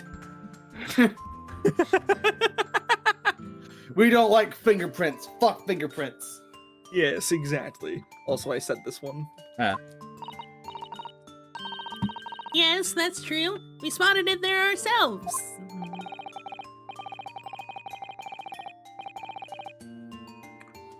If a hypothesis is sound, it can always be forged into a physical manifestation with sufficient skill. Though I may have sold the secrets of some deceptive riddles to sniveling, talentless scientists in the past. Would you therefore assert that the explosion of the machine was... An unfortunate accident. Or, of course, a deliberate act of murder carried out by misuse of the science. So how did this guy stab the victim? Counsel for the defense, your cross-examination, please. I did it like this. Whoop-de-doo! Kill Sasato. Whoop-de-doo.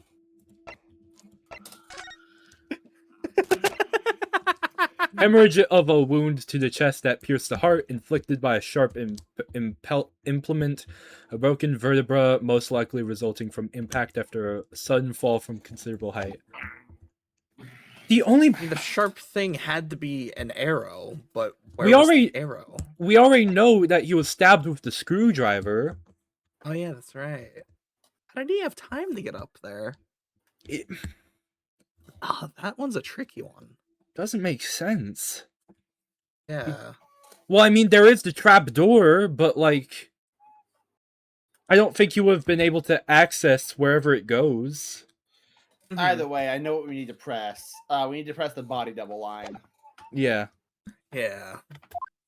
We need to get Yes, the my wax lord. figures involved immediately.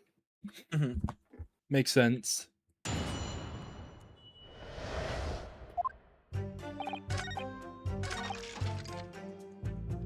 Hold it! Of course! That's it! Mr. Assman has a twin! Objection!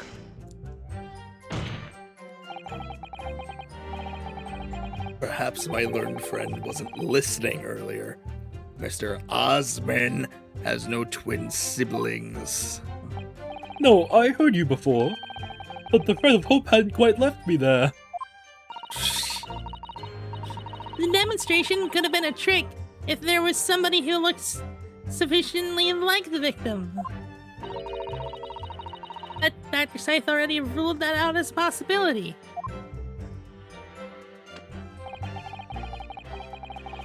it is beyond question that the victim himself, Mr. Osman, did move from the stage to the Crystal Tower. The fingerprints found at the scene attest to the fact. So it can't have been orchestrated using someone who looked identical to Mr. Osman then.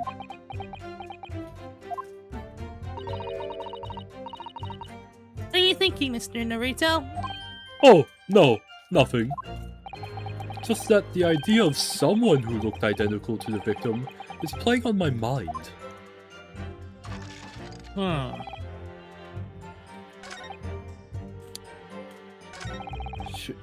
Is there anything else we should press, or like, is the game trying to hint something?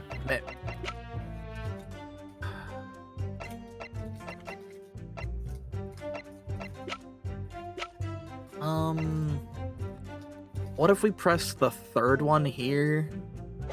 No, we already did that. Oh yeah, that's Yeah. right. All the spectators saw the birdcage appear above their heads and then crash headfirst into the Crystal Tower. It crashed headfirst, you say? According to the many witness reports from those there at the time, yes. Wait a minute. Were you not there at the exhibition grounds on the day?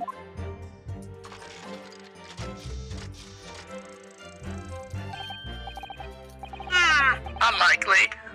I rarely leave my workshop.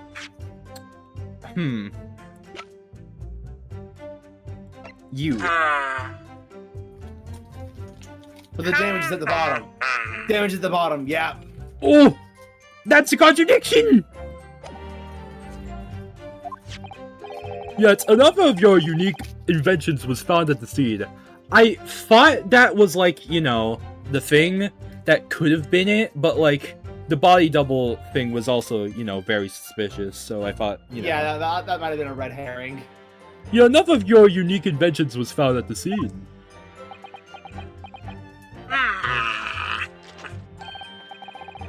Well, it was the unveiling of a machine I'd labored over for many months. I saw it clearly with my own eyes. The birdcage plummeting headfirst into the tower. Head first. What a surprise! I believe the victim's neck was broken from the headlong fall, wasn't it? Well, he wasn't killed by it, apparently. How would you have come by that information? Even an infernal recluse like me reads the newspapers, you know. What were you gonna say, Weston? Just keep saying head first. They're trying to make it clear. Yeah. According to the reports, 2 injuries were apparent on the victim's body. Yes, he'd been stabbed in the chest by a screwdriver, believed to belong to the defendant, and he had broken vertebrae as a result of a fall from a considerable height.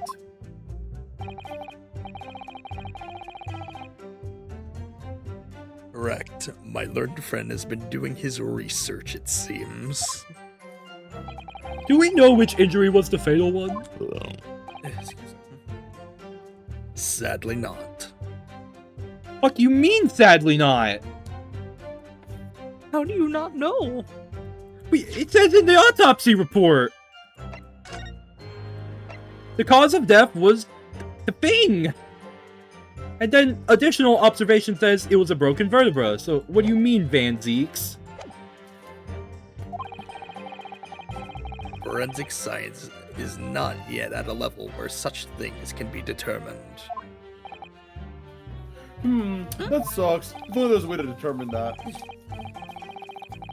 What we do know is that the victim died having sustained both injuries at some point during the experiment. And since he was found in the birdcage with his neck broken,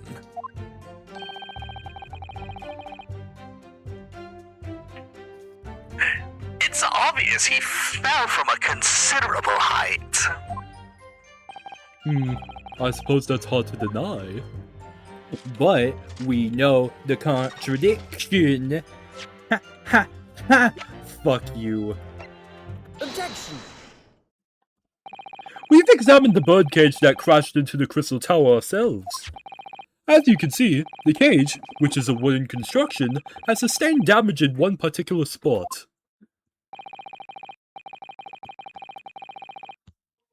Following the explosion, it fell some 30 feet into the glass of the tower. That level of damage is to be expected, surely. I agree. The damage itself is entirely understandable. What doesn't make sense is the location of that damage.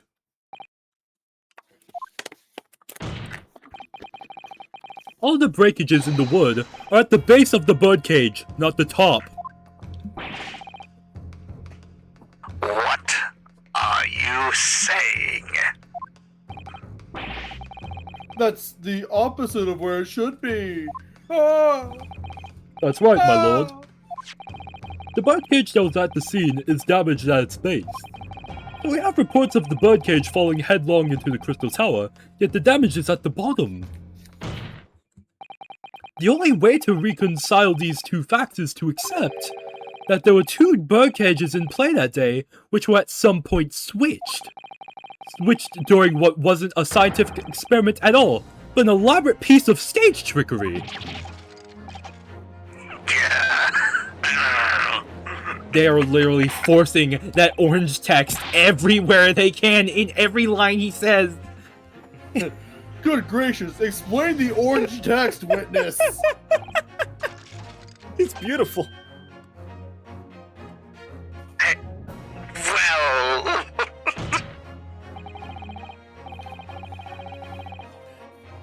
If we examine the facts, there's only one logical conclusion we can draw. The damage on the base of the birdcage clearly indicates that it crashed tail first into the tower. Objection. Tell him. But multiple witness reports claim it fell head first. The birdcage materialized in the sky next to a balloon flying over the stage, following a spontaneous explosion at an altitude of some 60 feet above the ground level. Which is approximately 18 meters. Then it proceeded to fall some 30 feet into the Crystal Tower in the ensuing deflagration. Deflagration. Yeah. I'm gonna start correcting you for all your mistakes. Papa, is that you? No, shut up. Damn it.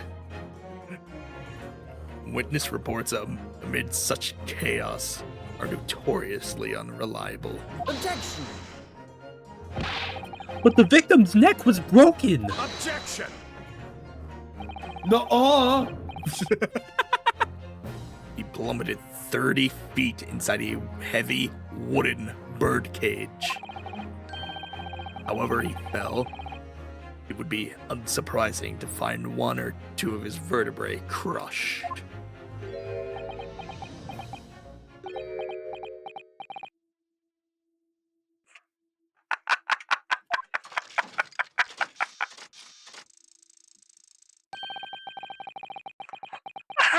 A riveting scientific analysis of events from the prosecution there. Though to be even more rigorous, you would have to say it was only one vertebra, actually. He wasn't quiet for long. Oh, I still love this so much. I don't know why. It's a good theme. I find it hard to see what's motivating Lord Van Zeeks. This witness is clearly a swindler. And one who deceived a personal friend of his. If you're going to establish this deception, do it right. Sorry? I feel like that's the undertone here.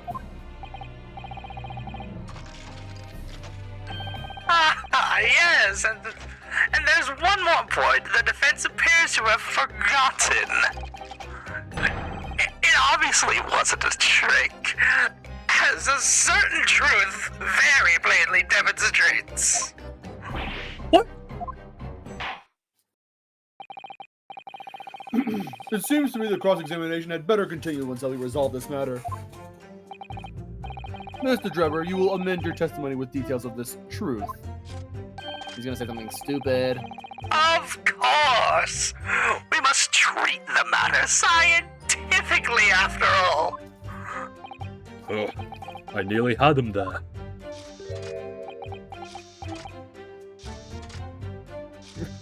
Bro, think he Five Night Fetty. Kinesis clearly took place. Because there's nowhere else 30 feet high for the birdcage to have fallen from. What? Really? What? The defense Okay, would have to maybe object to that. Preston? Oh wait, no, wait, no. It's this, isn't it? Oh yeah, that makes sense. And I then think- we would present them. Yeah. The makes defense sense. would have to object to that last statement, Lord, blah blah blah. Yada, yada, yada, yada, yada, yada, yada, yada,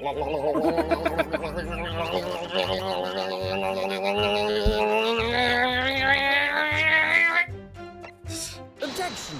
There! We murdered him now. This is a diagram of the experimentation stage and its surroundings.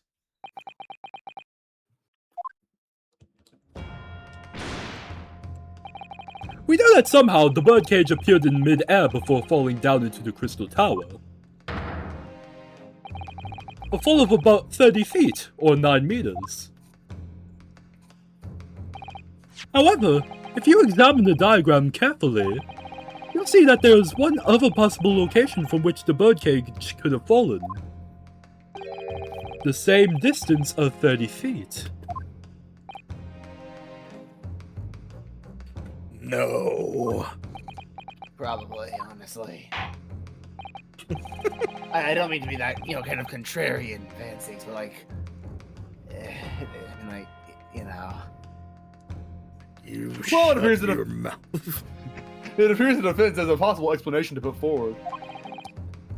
Go ahead, counsel. Yes, my lord. Of course. You will indicate the place at which you're referring to in the diagram. And you better get it exactly. Better. Better. nope. If it had fallen from here, the birdcage would have plummeted. What? What do you mean? You got the exact platform. You gotta do the exact platform. Oh. Okay. I'll do it Well, again. we're going back. Let's go back to the testimony. Let's go back all the way back to the testimony and start over. I'll save again. I'll just save just in case. Yeah, good idea.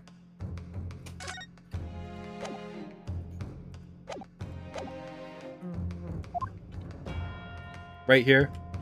Yeah. Somewhere or other, yeah. Take that! The place I'm referring to is here. But that's where the birdcage would have been to begin with, you silly. You Which silly is exactly goose. the point, my lord. Yes, the birdcage was in the machine on the stage. But what we must also consider is the height of the stage itself. Go on, counsel. It turns out that the experimentation stage was built at a considerable height above ground level. If you look at the diagram, in fact, you'll see it's about the same height above the ground as the balloon was above the crash site.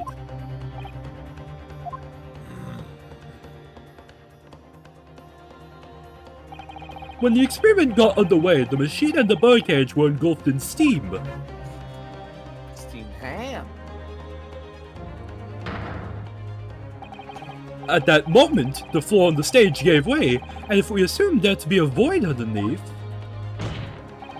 this birdcage and the one seen by the audience would have fallen almost exactly the same distance.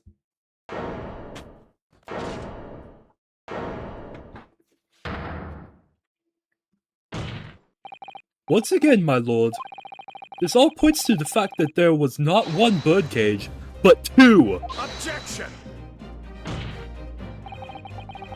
My learned friend has no evidence that the stage had such a contrivance. And that'd be contrivance. Oh, contrivance in its design. Someone is responsible for the criminal destruction of the kinesis machine itself, it's true. However, the stage still stands. And take a moment to look at the photographic print of the scene following yesterday's explosion. Good lord, the metal grill that formed on the floor of the machine is undone. Yes, most likely blown up, opened by the force of the explosion that destroyed the rest of the machine. The defense calls for the space below the stage to be investigated. Immediately!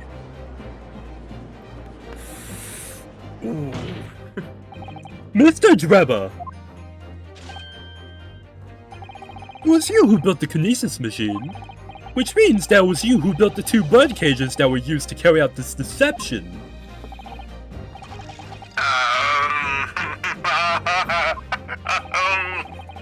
Whether Professor Hairbrain's hypothesis is sound or not makes no difference, because it's the construction of this machine that matters, a machine designed to take Mr. Asman's life. And lay the blame firmly at the Professor's door, something that could only have been carried out by you, Mr. Enoch Drebber.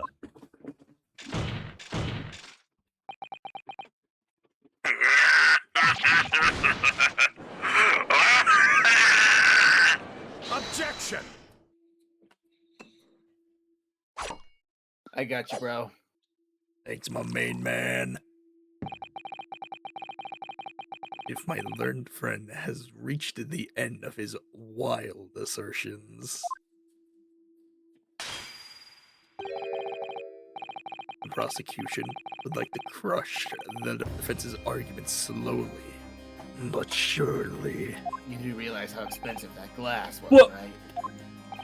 Don't worry, I got like 10 others over there. Don't worry. At minimum. Besides, no one Still has like to a know waste it of makes me money. look badass. It's a waste of money. I don't care. It makes me look badass. Okay, let me have this. It's, I really don't want to have to tell this to your financial officer. God damn it! Just let me have it. I said. Your argument fails to hold the water. On 2 counts. 2? Renosuke doesn't know what 2 is. Firstly, 2 is 1 less than 1. What? What? What? I know. 1 less than 1. Shit, I fucked that up. Wow, I'm quite impressed about that one. I know. You should know this. I barely passed the 4th grade. God damn it. Bro. You don't even learn that in the 4th grade. I know, that's why I said I barely passed the 4th grade. God damn it. Ugh. Besides, you should know that's why I can barely speak properly. Ugh. 2 is 1 more than 1. There, I fixed it. Yeah, you still fucked up pretty bad. Shut the fuck up. I brought you here to learn, and you're correcting me in every way. Oh, that seems familiar. Read your line. Before and after the experiment, this witness went nowhere near the kinesis machine. Every relevant member of staff from the exhibition has attested to that. And I believe members of Scotland Yard have also been on watch duty at every public experiment. In other words, Mr. Drebber had no opportunity to switch the alleged pair of bird cages. Objection! But I've already explained why he wouldn't have needed to. The nonsense with the crossbow. doesn't bolster your case at all. The man who disappeared from the stage and the man who crashed into the tower are one and the same. The forensic investigation team's report is unequivocal on that point. Oh, The second flaw in your assertion is a distinct lack of motive. Why would this man have wanted to take the victim's life? He had no reason to do so. a motive? Do I think of everything of myself?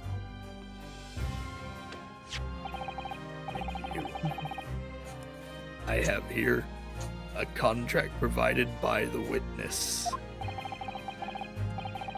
What contract is this, Lord Van Zeeks? The contract into which Mr. Drebber entered with the victim, Mr. Osman. It reads...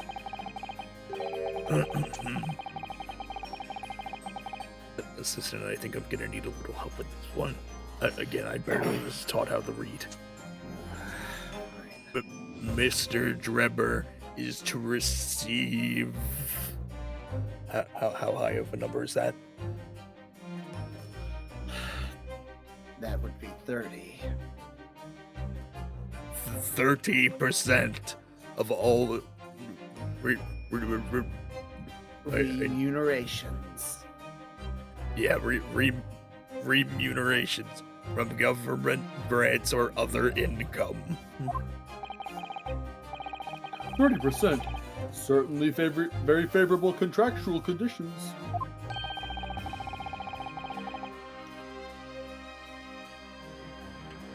But there was one very important provision bolted into that clause. What provision?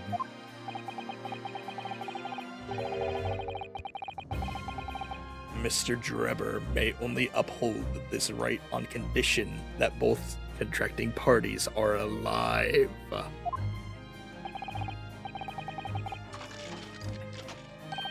In other words, if either of us were to die, the contract would become null and void. So you see, I had nothing to gain from Mr. Aswood's death. The diametric opposite, in fact.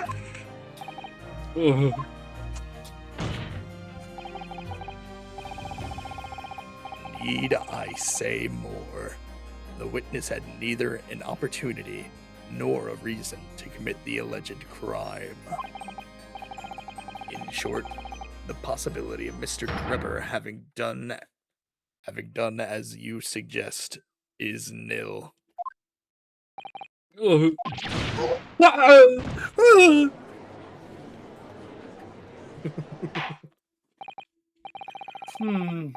seems the defense's assertion was somewhat wide of the mark. Lord Van Zeeks, you will kill them. What? No, Gladly. please, no, please, no, please. Assistant. Anyways, let's look at the contract to see exactly what it says. The investor, Mr. Odious Man, hereby enters into contract with the provider, Mr. Enoch Drebber, to fund labor and materials for the construction of a super high... Mr. Drebber is to receive 30% of all remunerations from government grants or other income. Mr. Drebber may only uphold this right on condition that both contracting parties are alive. E. Drebber, O. Asman. Okay. Interesting. It's true. If Drebber had no opportunity to switch the birdcage under the stage with the one in the Crystal Tower, he couldn't have done it. And in any case, I have no idea what his motive might have been. There is one aspect of your argument. It still holds true, however. There were 2 bird cages. The prosecution is unable to deny that. Oh, So I'm sure you're on the right lines, Mr. Naruto. And I've no doubt that there are other aspects of your assertion that are undeniable truths too. Well, it would seem that the defense has no rejoinder to offer.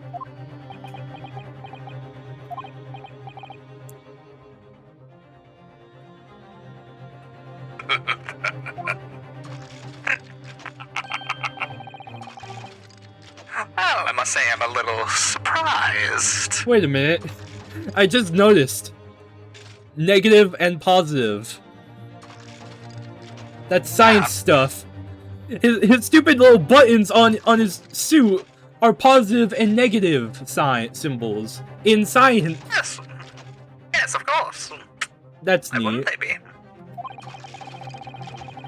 I came here to testify about the machine I built, and instead my reputation is defiled. But the prosecution's counter has set the record straight, I think. It's impossible that I'm the culprit. Objection.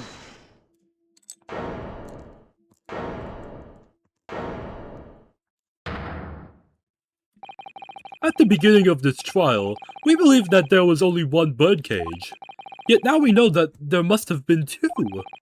In other words, there was more to the demonstration than we realized at first. I think it's abundantly clear that the same applies to the culprit. Get to the point. The stage demonstration was constructed and set up in its entirety by you, Mr. Drebber. Therefore, it's inconceivable that you had no hand in the events that transpired. Though if circumstances mean it's impossible that you could have carried out the crime yourself, it points to the fact that someone else was involved. Someone else? Count, are you suggesting? Yes, my lord. Mr. Drebber had an accomplice. Objection!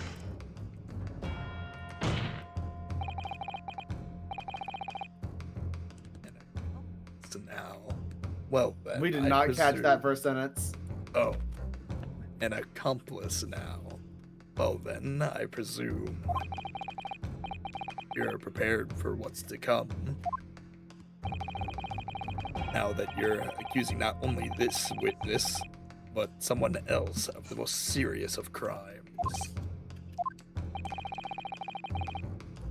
If these accusations turn out to be false, then make no mistake, the prosecution will demand an equally serious punishment for your slander.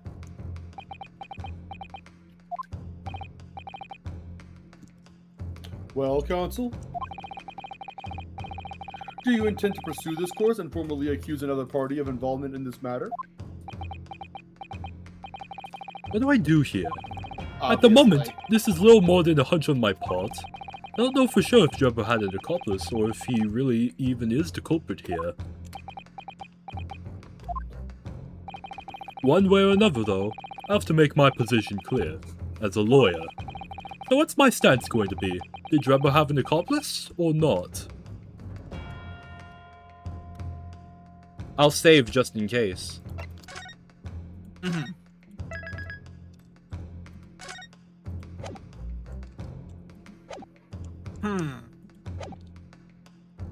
Name the accomplice. The defense is ready to name Mr. Drebber's accomplice. Somehow the two bird cages must have been switched.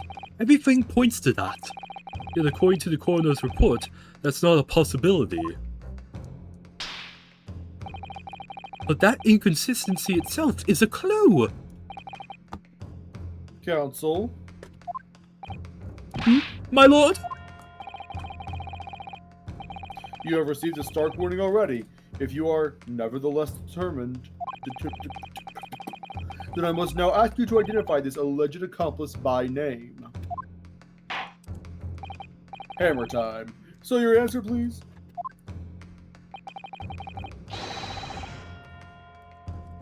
Burp. Well, we know it can't be any of these guys.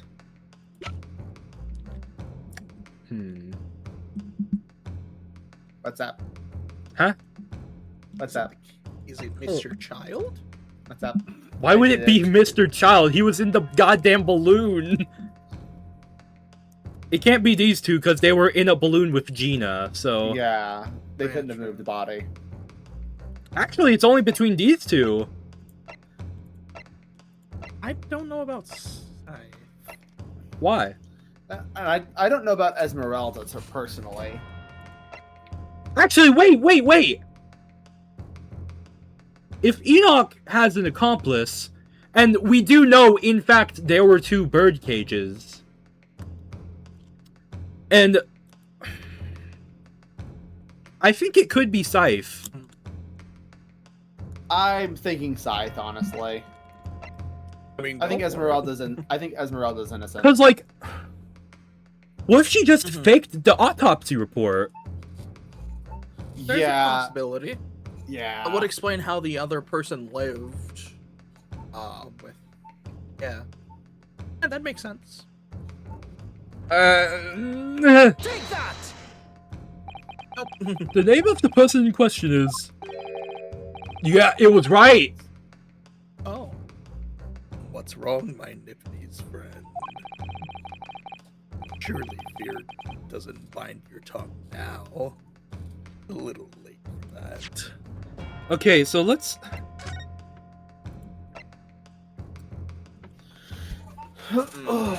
Stretch. So it's entirely possible that the dude wasn't killed by a stab to the chest. Yeah. He could have died from the fall. Oh, Yeah. was the fall.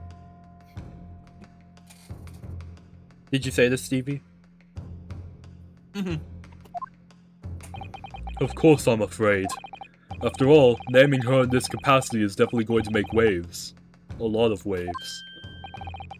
I could very well turn every single person in this courtroom against me. I'm sure it'll be alright, Mr. Naruto!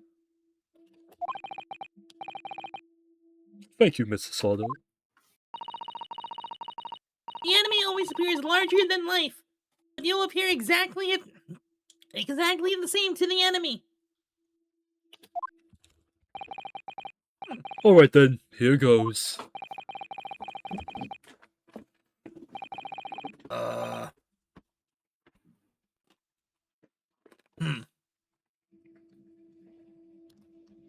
What are you waiting for, Sorry, Stevie? I got hungry. Oh, fair enough. Yeah, we're having a little snack. Mm-hmm. Could I have some? No, my cosmic brownies. Oh. You've kept us waiting long enough, and I also kept you waiting long enough. Your answer, Counsel, now. The person who colluded with Mr. Drebber in order to carry out this wicked crime is Scotland Yard's coroner, Dr. Courtney Scythe! What in the blazes are you talking about, Dr. Scythe? I heard the forensic investigation team, the coroner who conducted the autopsy on the head of the forensic investigation team, and the coroner who conducted the autopsy on the victim. Wow, you're stupid, but also very brazen. That's awesome. Yep. We know there were 2 bird cages, so who could have carried out the switch to complete this illusion? The accident happened in front of a huge crowd of spectators and the area was immediately sealed off. Then everyone, police officers included, were banished to make way for the forensic investigation team. When else could the switch have occurred? It could only have been in that team's presence. It's essential that the court determines exactly what happened following the incident. The defense demands that Dr. Scythe be summoned to the witness stand at once to testify.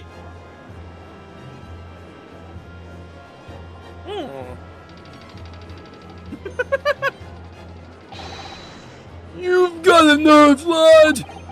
Standing up there dragging the yard's name through the mud! I didn't mean to. I know the woman very well. There's no better dead room worker out there. How dare you call her a criminal? My learned friend's imagination appears to be wilder than the East End at night.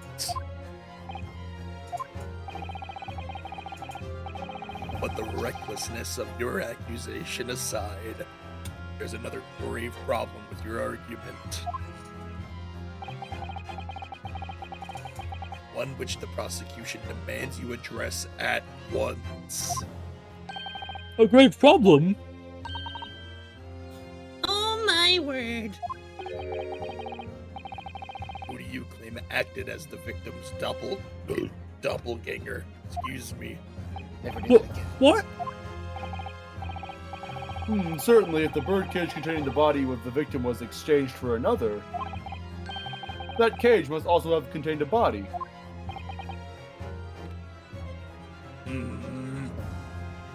I got hungry again. These Oh, cosmic brownies are nice. I'm glad you two are enjoying those. Fuck you, you don't get me. Stop looking at my cosmic brownie. Me. And yet, no missing persons or accidental deaths of anyone even remotely resembling the victim have been reported. Which means there was no one, dead or alive, who could have fulfilled the role of a body double for Mr. Osmond. That's true. If my argument is that there were two bird cages, then there also must have been one person inside each. I don't know if I've gotten answer to this yet, have I? Sure. What can I do to reveal how this body double stunt was achieved? Present evidence. Yeah, it's the head, isn't it? Yeah. Because we don't have, like, the body. Very well, the defense will address my learned friend's concerns by presenting evidence that reveals the true nature of Mr. Asman's body double. Good gracious, evidence. I do hope this isn't filibustering, Ghostbusters Council. The court is expecting a name, and I'm a Christmas thing, not a Halloween thing. If you think you have relevant evidence, present it now. The body double and the birdcage were hiding inside the balloon that was floating above the stage, which means that any witnesses would have only seen them from 60 feet away.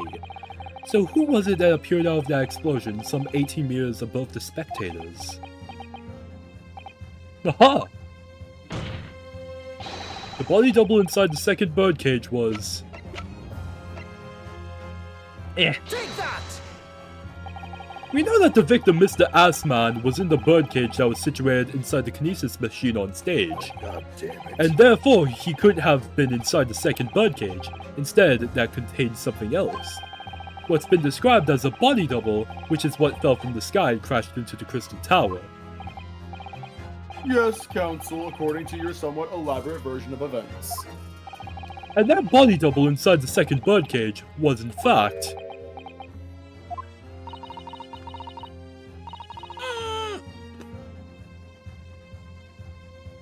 Seeing them eat made me hungry. I let her have a cosmic brownie.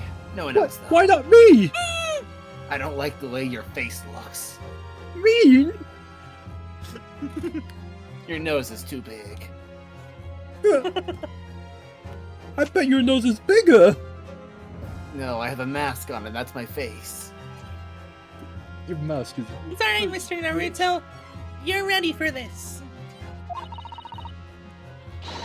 Steal it yourself and come out with it. Thank you, Mrs. Sano. I needed that.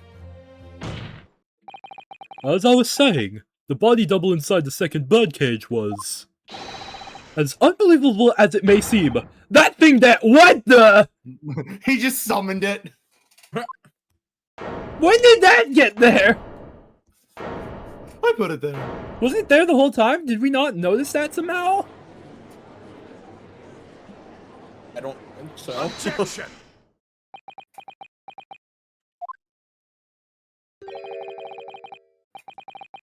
Open your eyes and look into mine, my Nipponese friend. Oh, it's getting romantic now.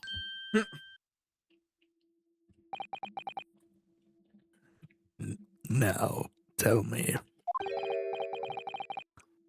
what are you playing at? Stand firm now, Rinosuke. This is the time to show your Japanese spirit. As the court will observe, this is a waxwork model. A model, in fact, of an infamous London murderer from 10 years ago, the Professor. Objection! You started by indicating the leader of the forensic... No, that was indicting. Indicting the leader of the forensic investigation team as an accomplice in this crime.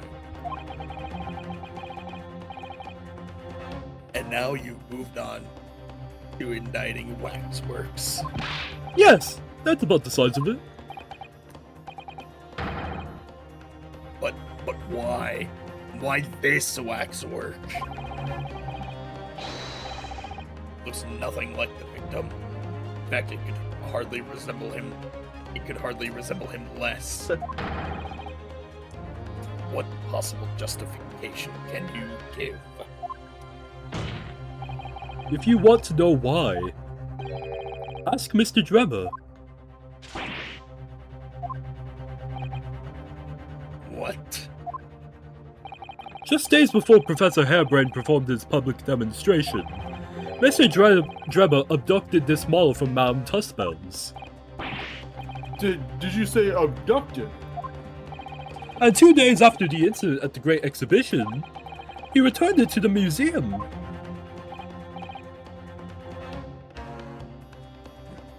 Then the timing. Is this true, Mr. Drebber?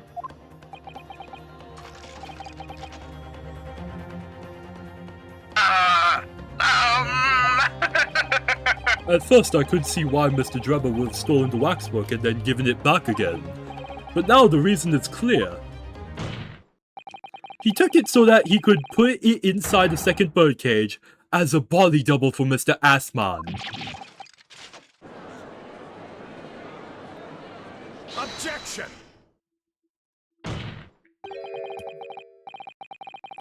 Are you hearing this, ladies and gentlemen of the jury? Are you hearing the defense's astonishing proposal? That the witness fabricated this vast machine with the intention of deceiving some wretched scientist. Whatever. But he did so in Collusion. Thanks. Collusion with the country's finest coroner on a public stage in front of a vast audience. And that, to effect the deception, used a waxwork model in that no way resembles the victim. Are we really to believe this far-fetched tale? What do you decide? Objection! Wait! Yes, if you put it like that, of course it sounds implausible. Oh no. There we go. Yep, I know where this is going. Damn it, Isaiah, you jinxed it! Fuck!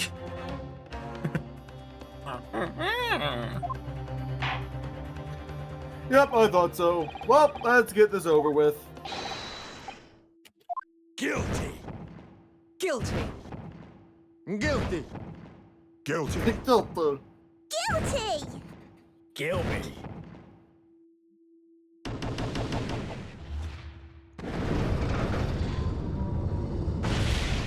No.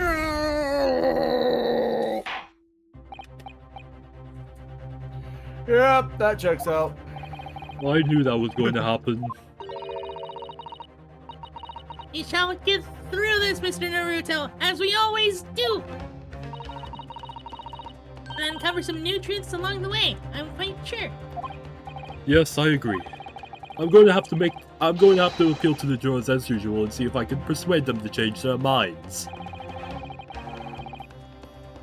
Yeah, I'm used to this at this point. He's gonna ask for a summation examination. He's gonna come on the stage. We're gonna waste like 20-30 minutes doing this whole process. It's not gonna be too fun usually, but you know, it's a way of shaking up the gameplay variety.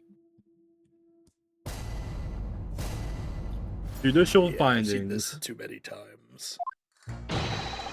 Oh, juror number 6.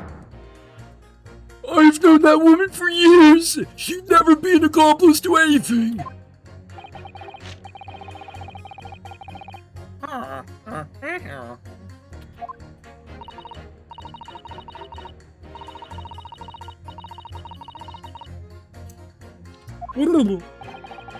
I have my own problems with the members of the police. I do not trust them much.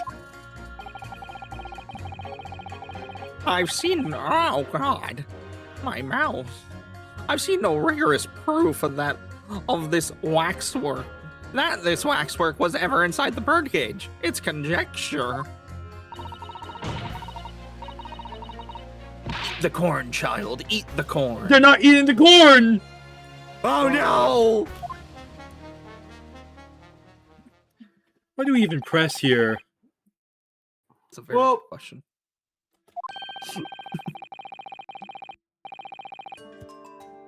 It seems the introduction of this waxwork model to the proceedings has polarized opinion. Given that its face is obscured, its build in no way resembles that of the victim. I can only applaud my learned friends what's that? I believe that would be temerity. Temerity at suggesting it as Mr. Osmond's body double. Yes, the applause is deafening. And yes, I know it seems extraordinary. But that's the point. That's why I have a strong feeling it's actually a greater clue than anyone here yet realizes. What are you thinking, Mr. Naruto? I can't explain why at the moment. But I feel as though there's a specific reason why it was used. Why it had to be this model.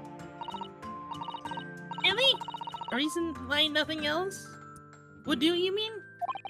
Yes, and I'm convinced.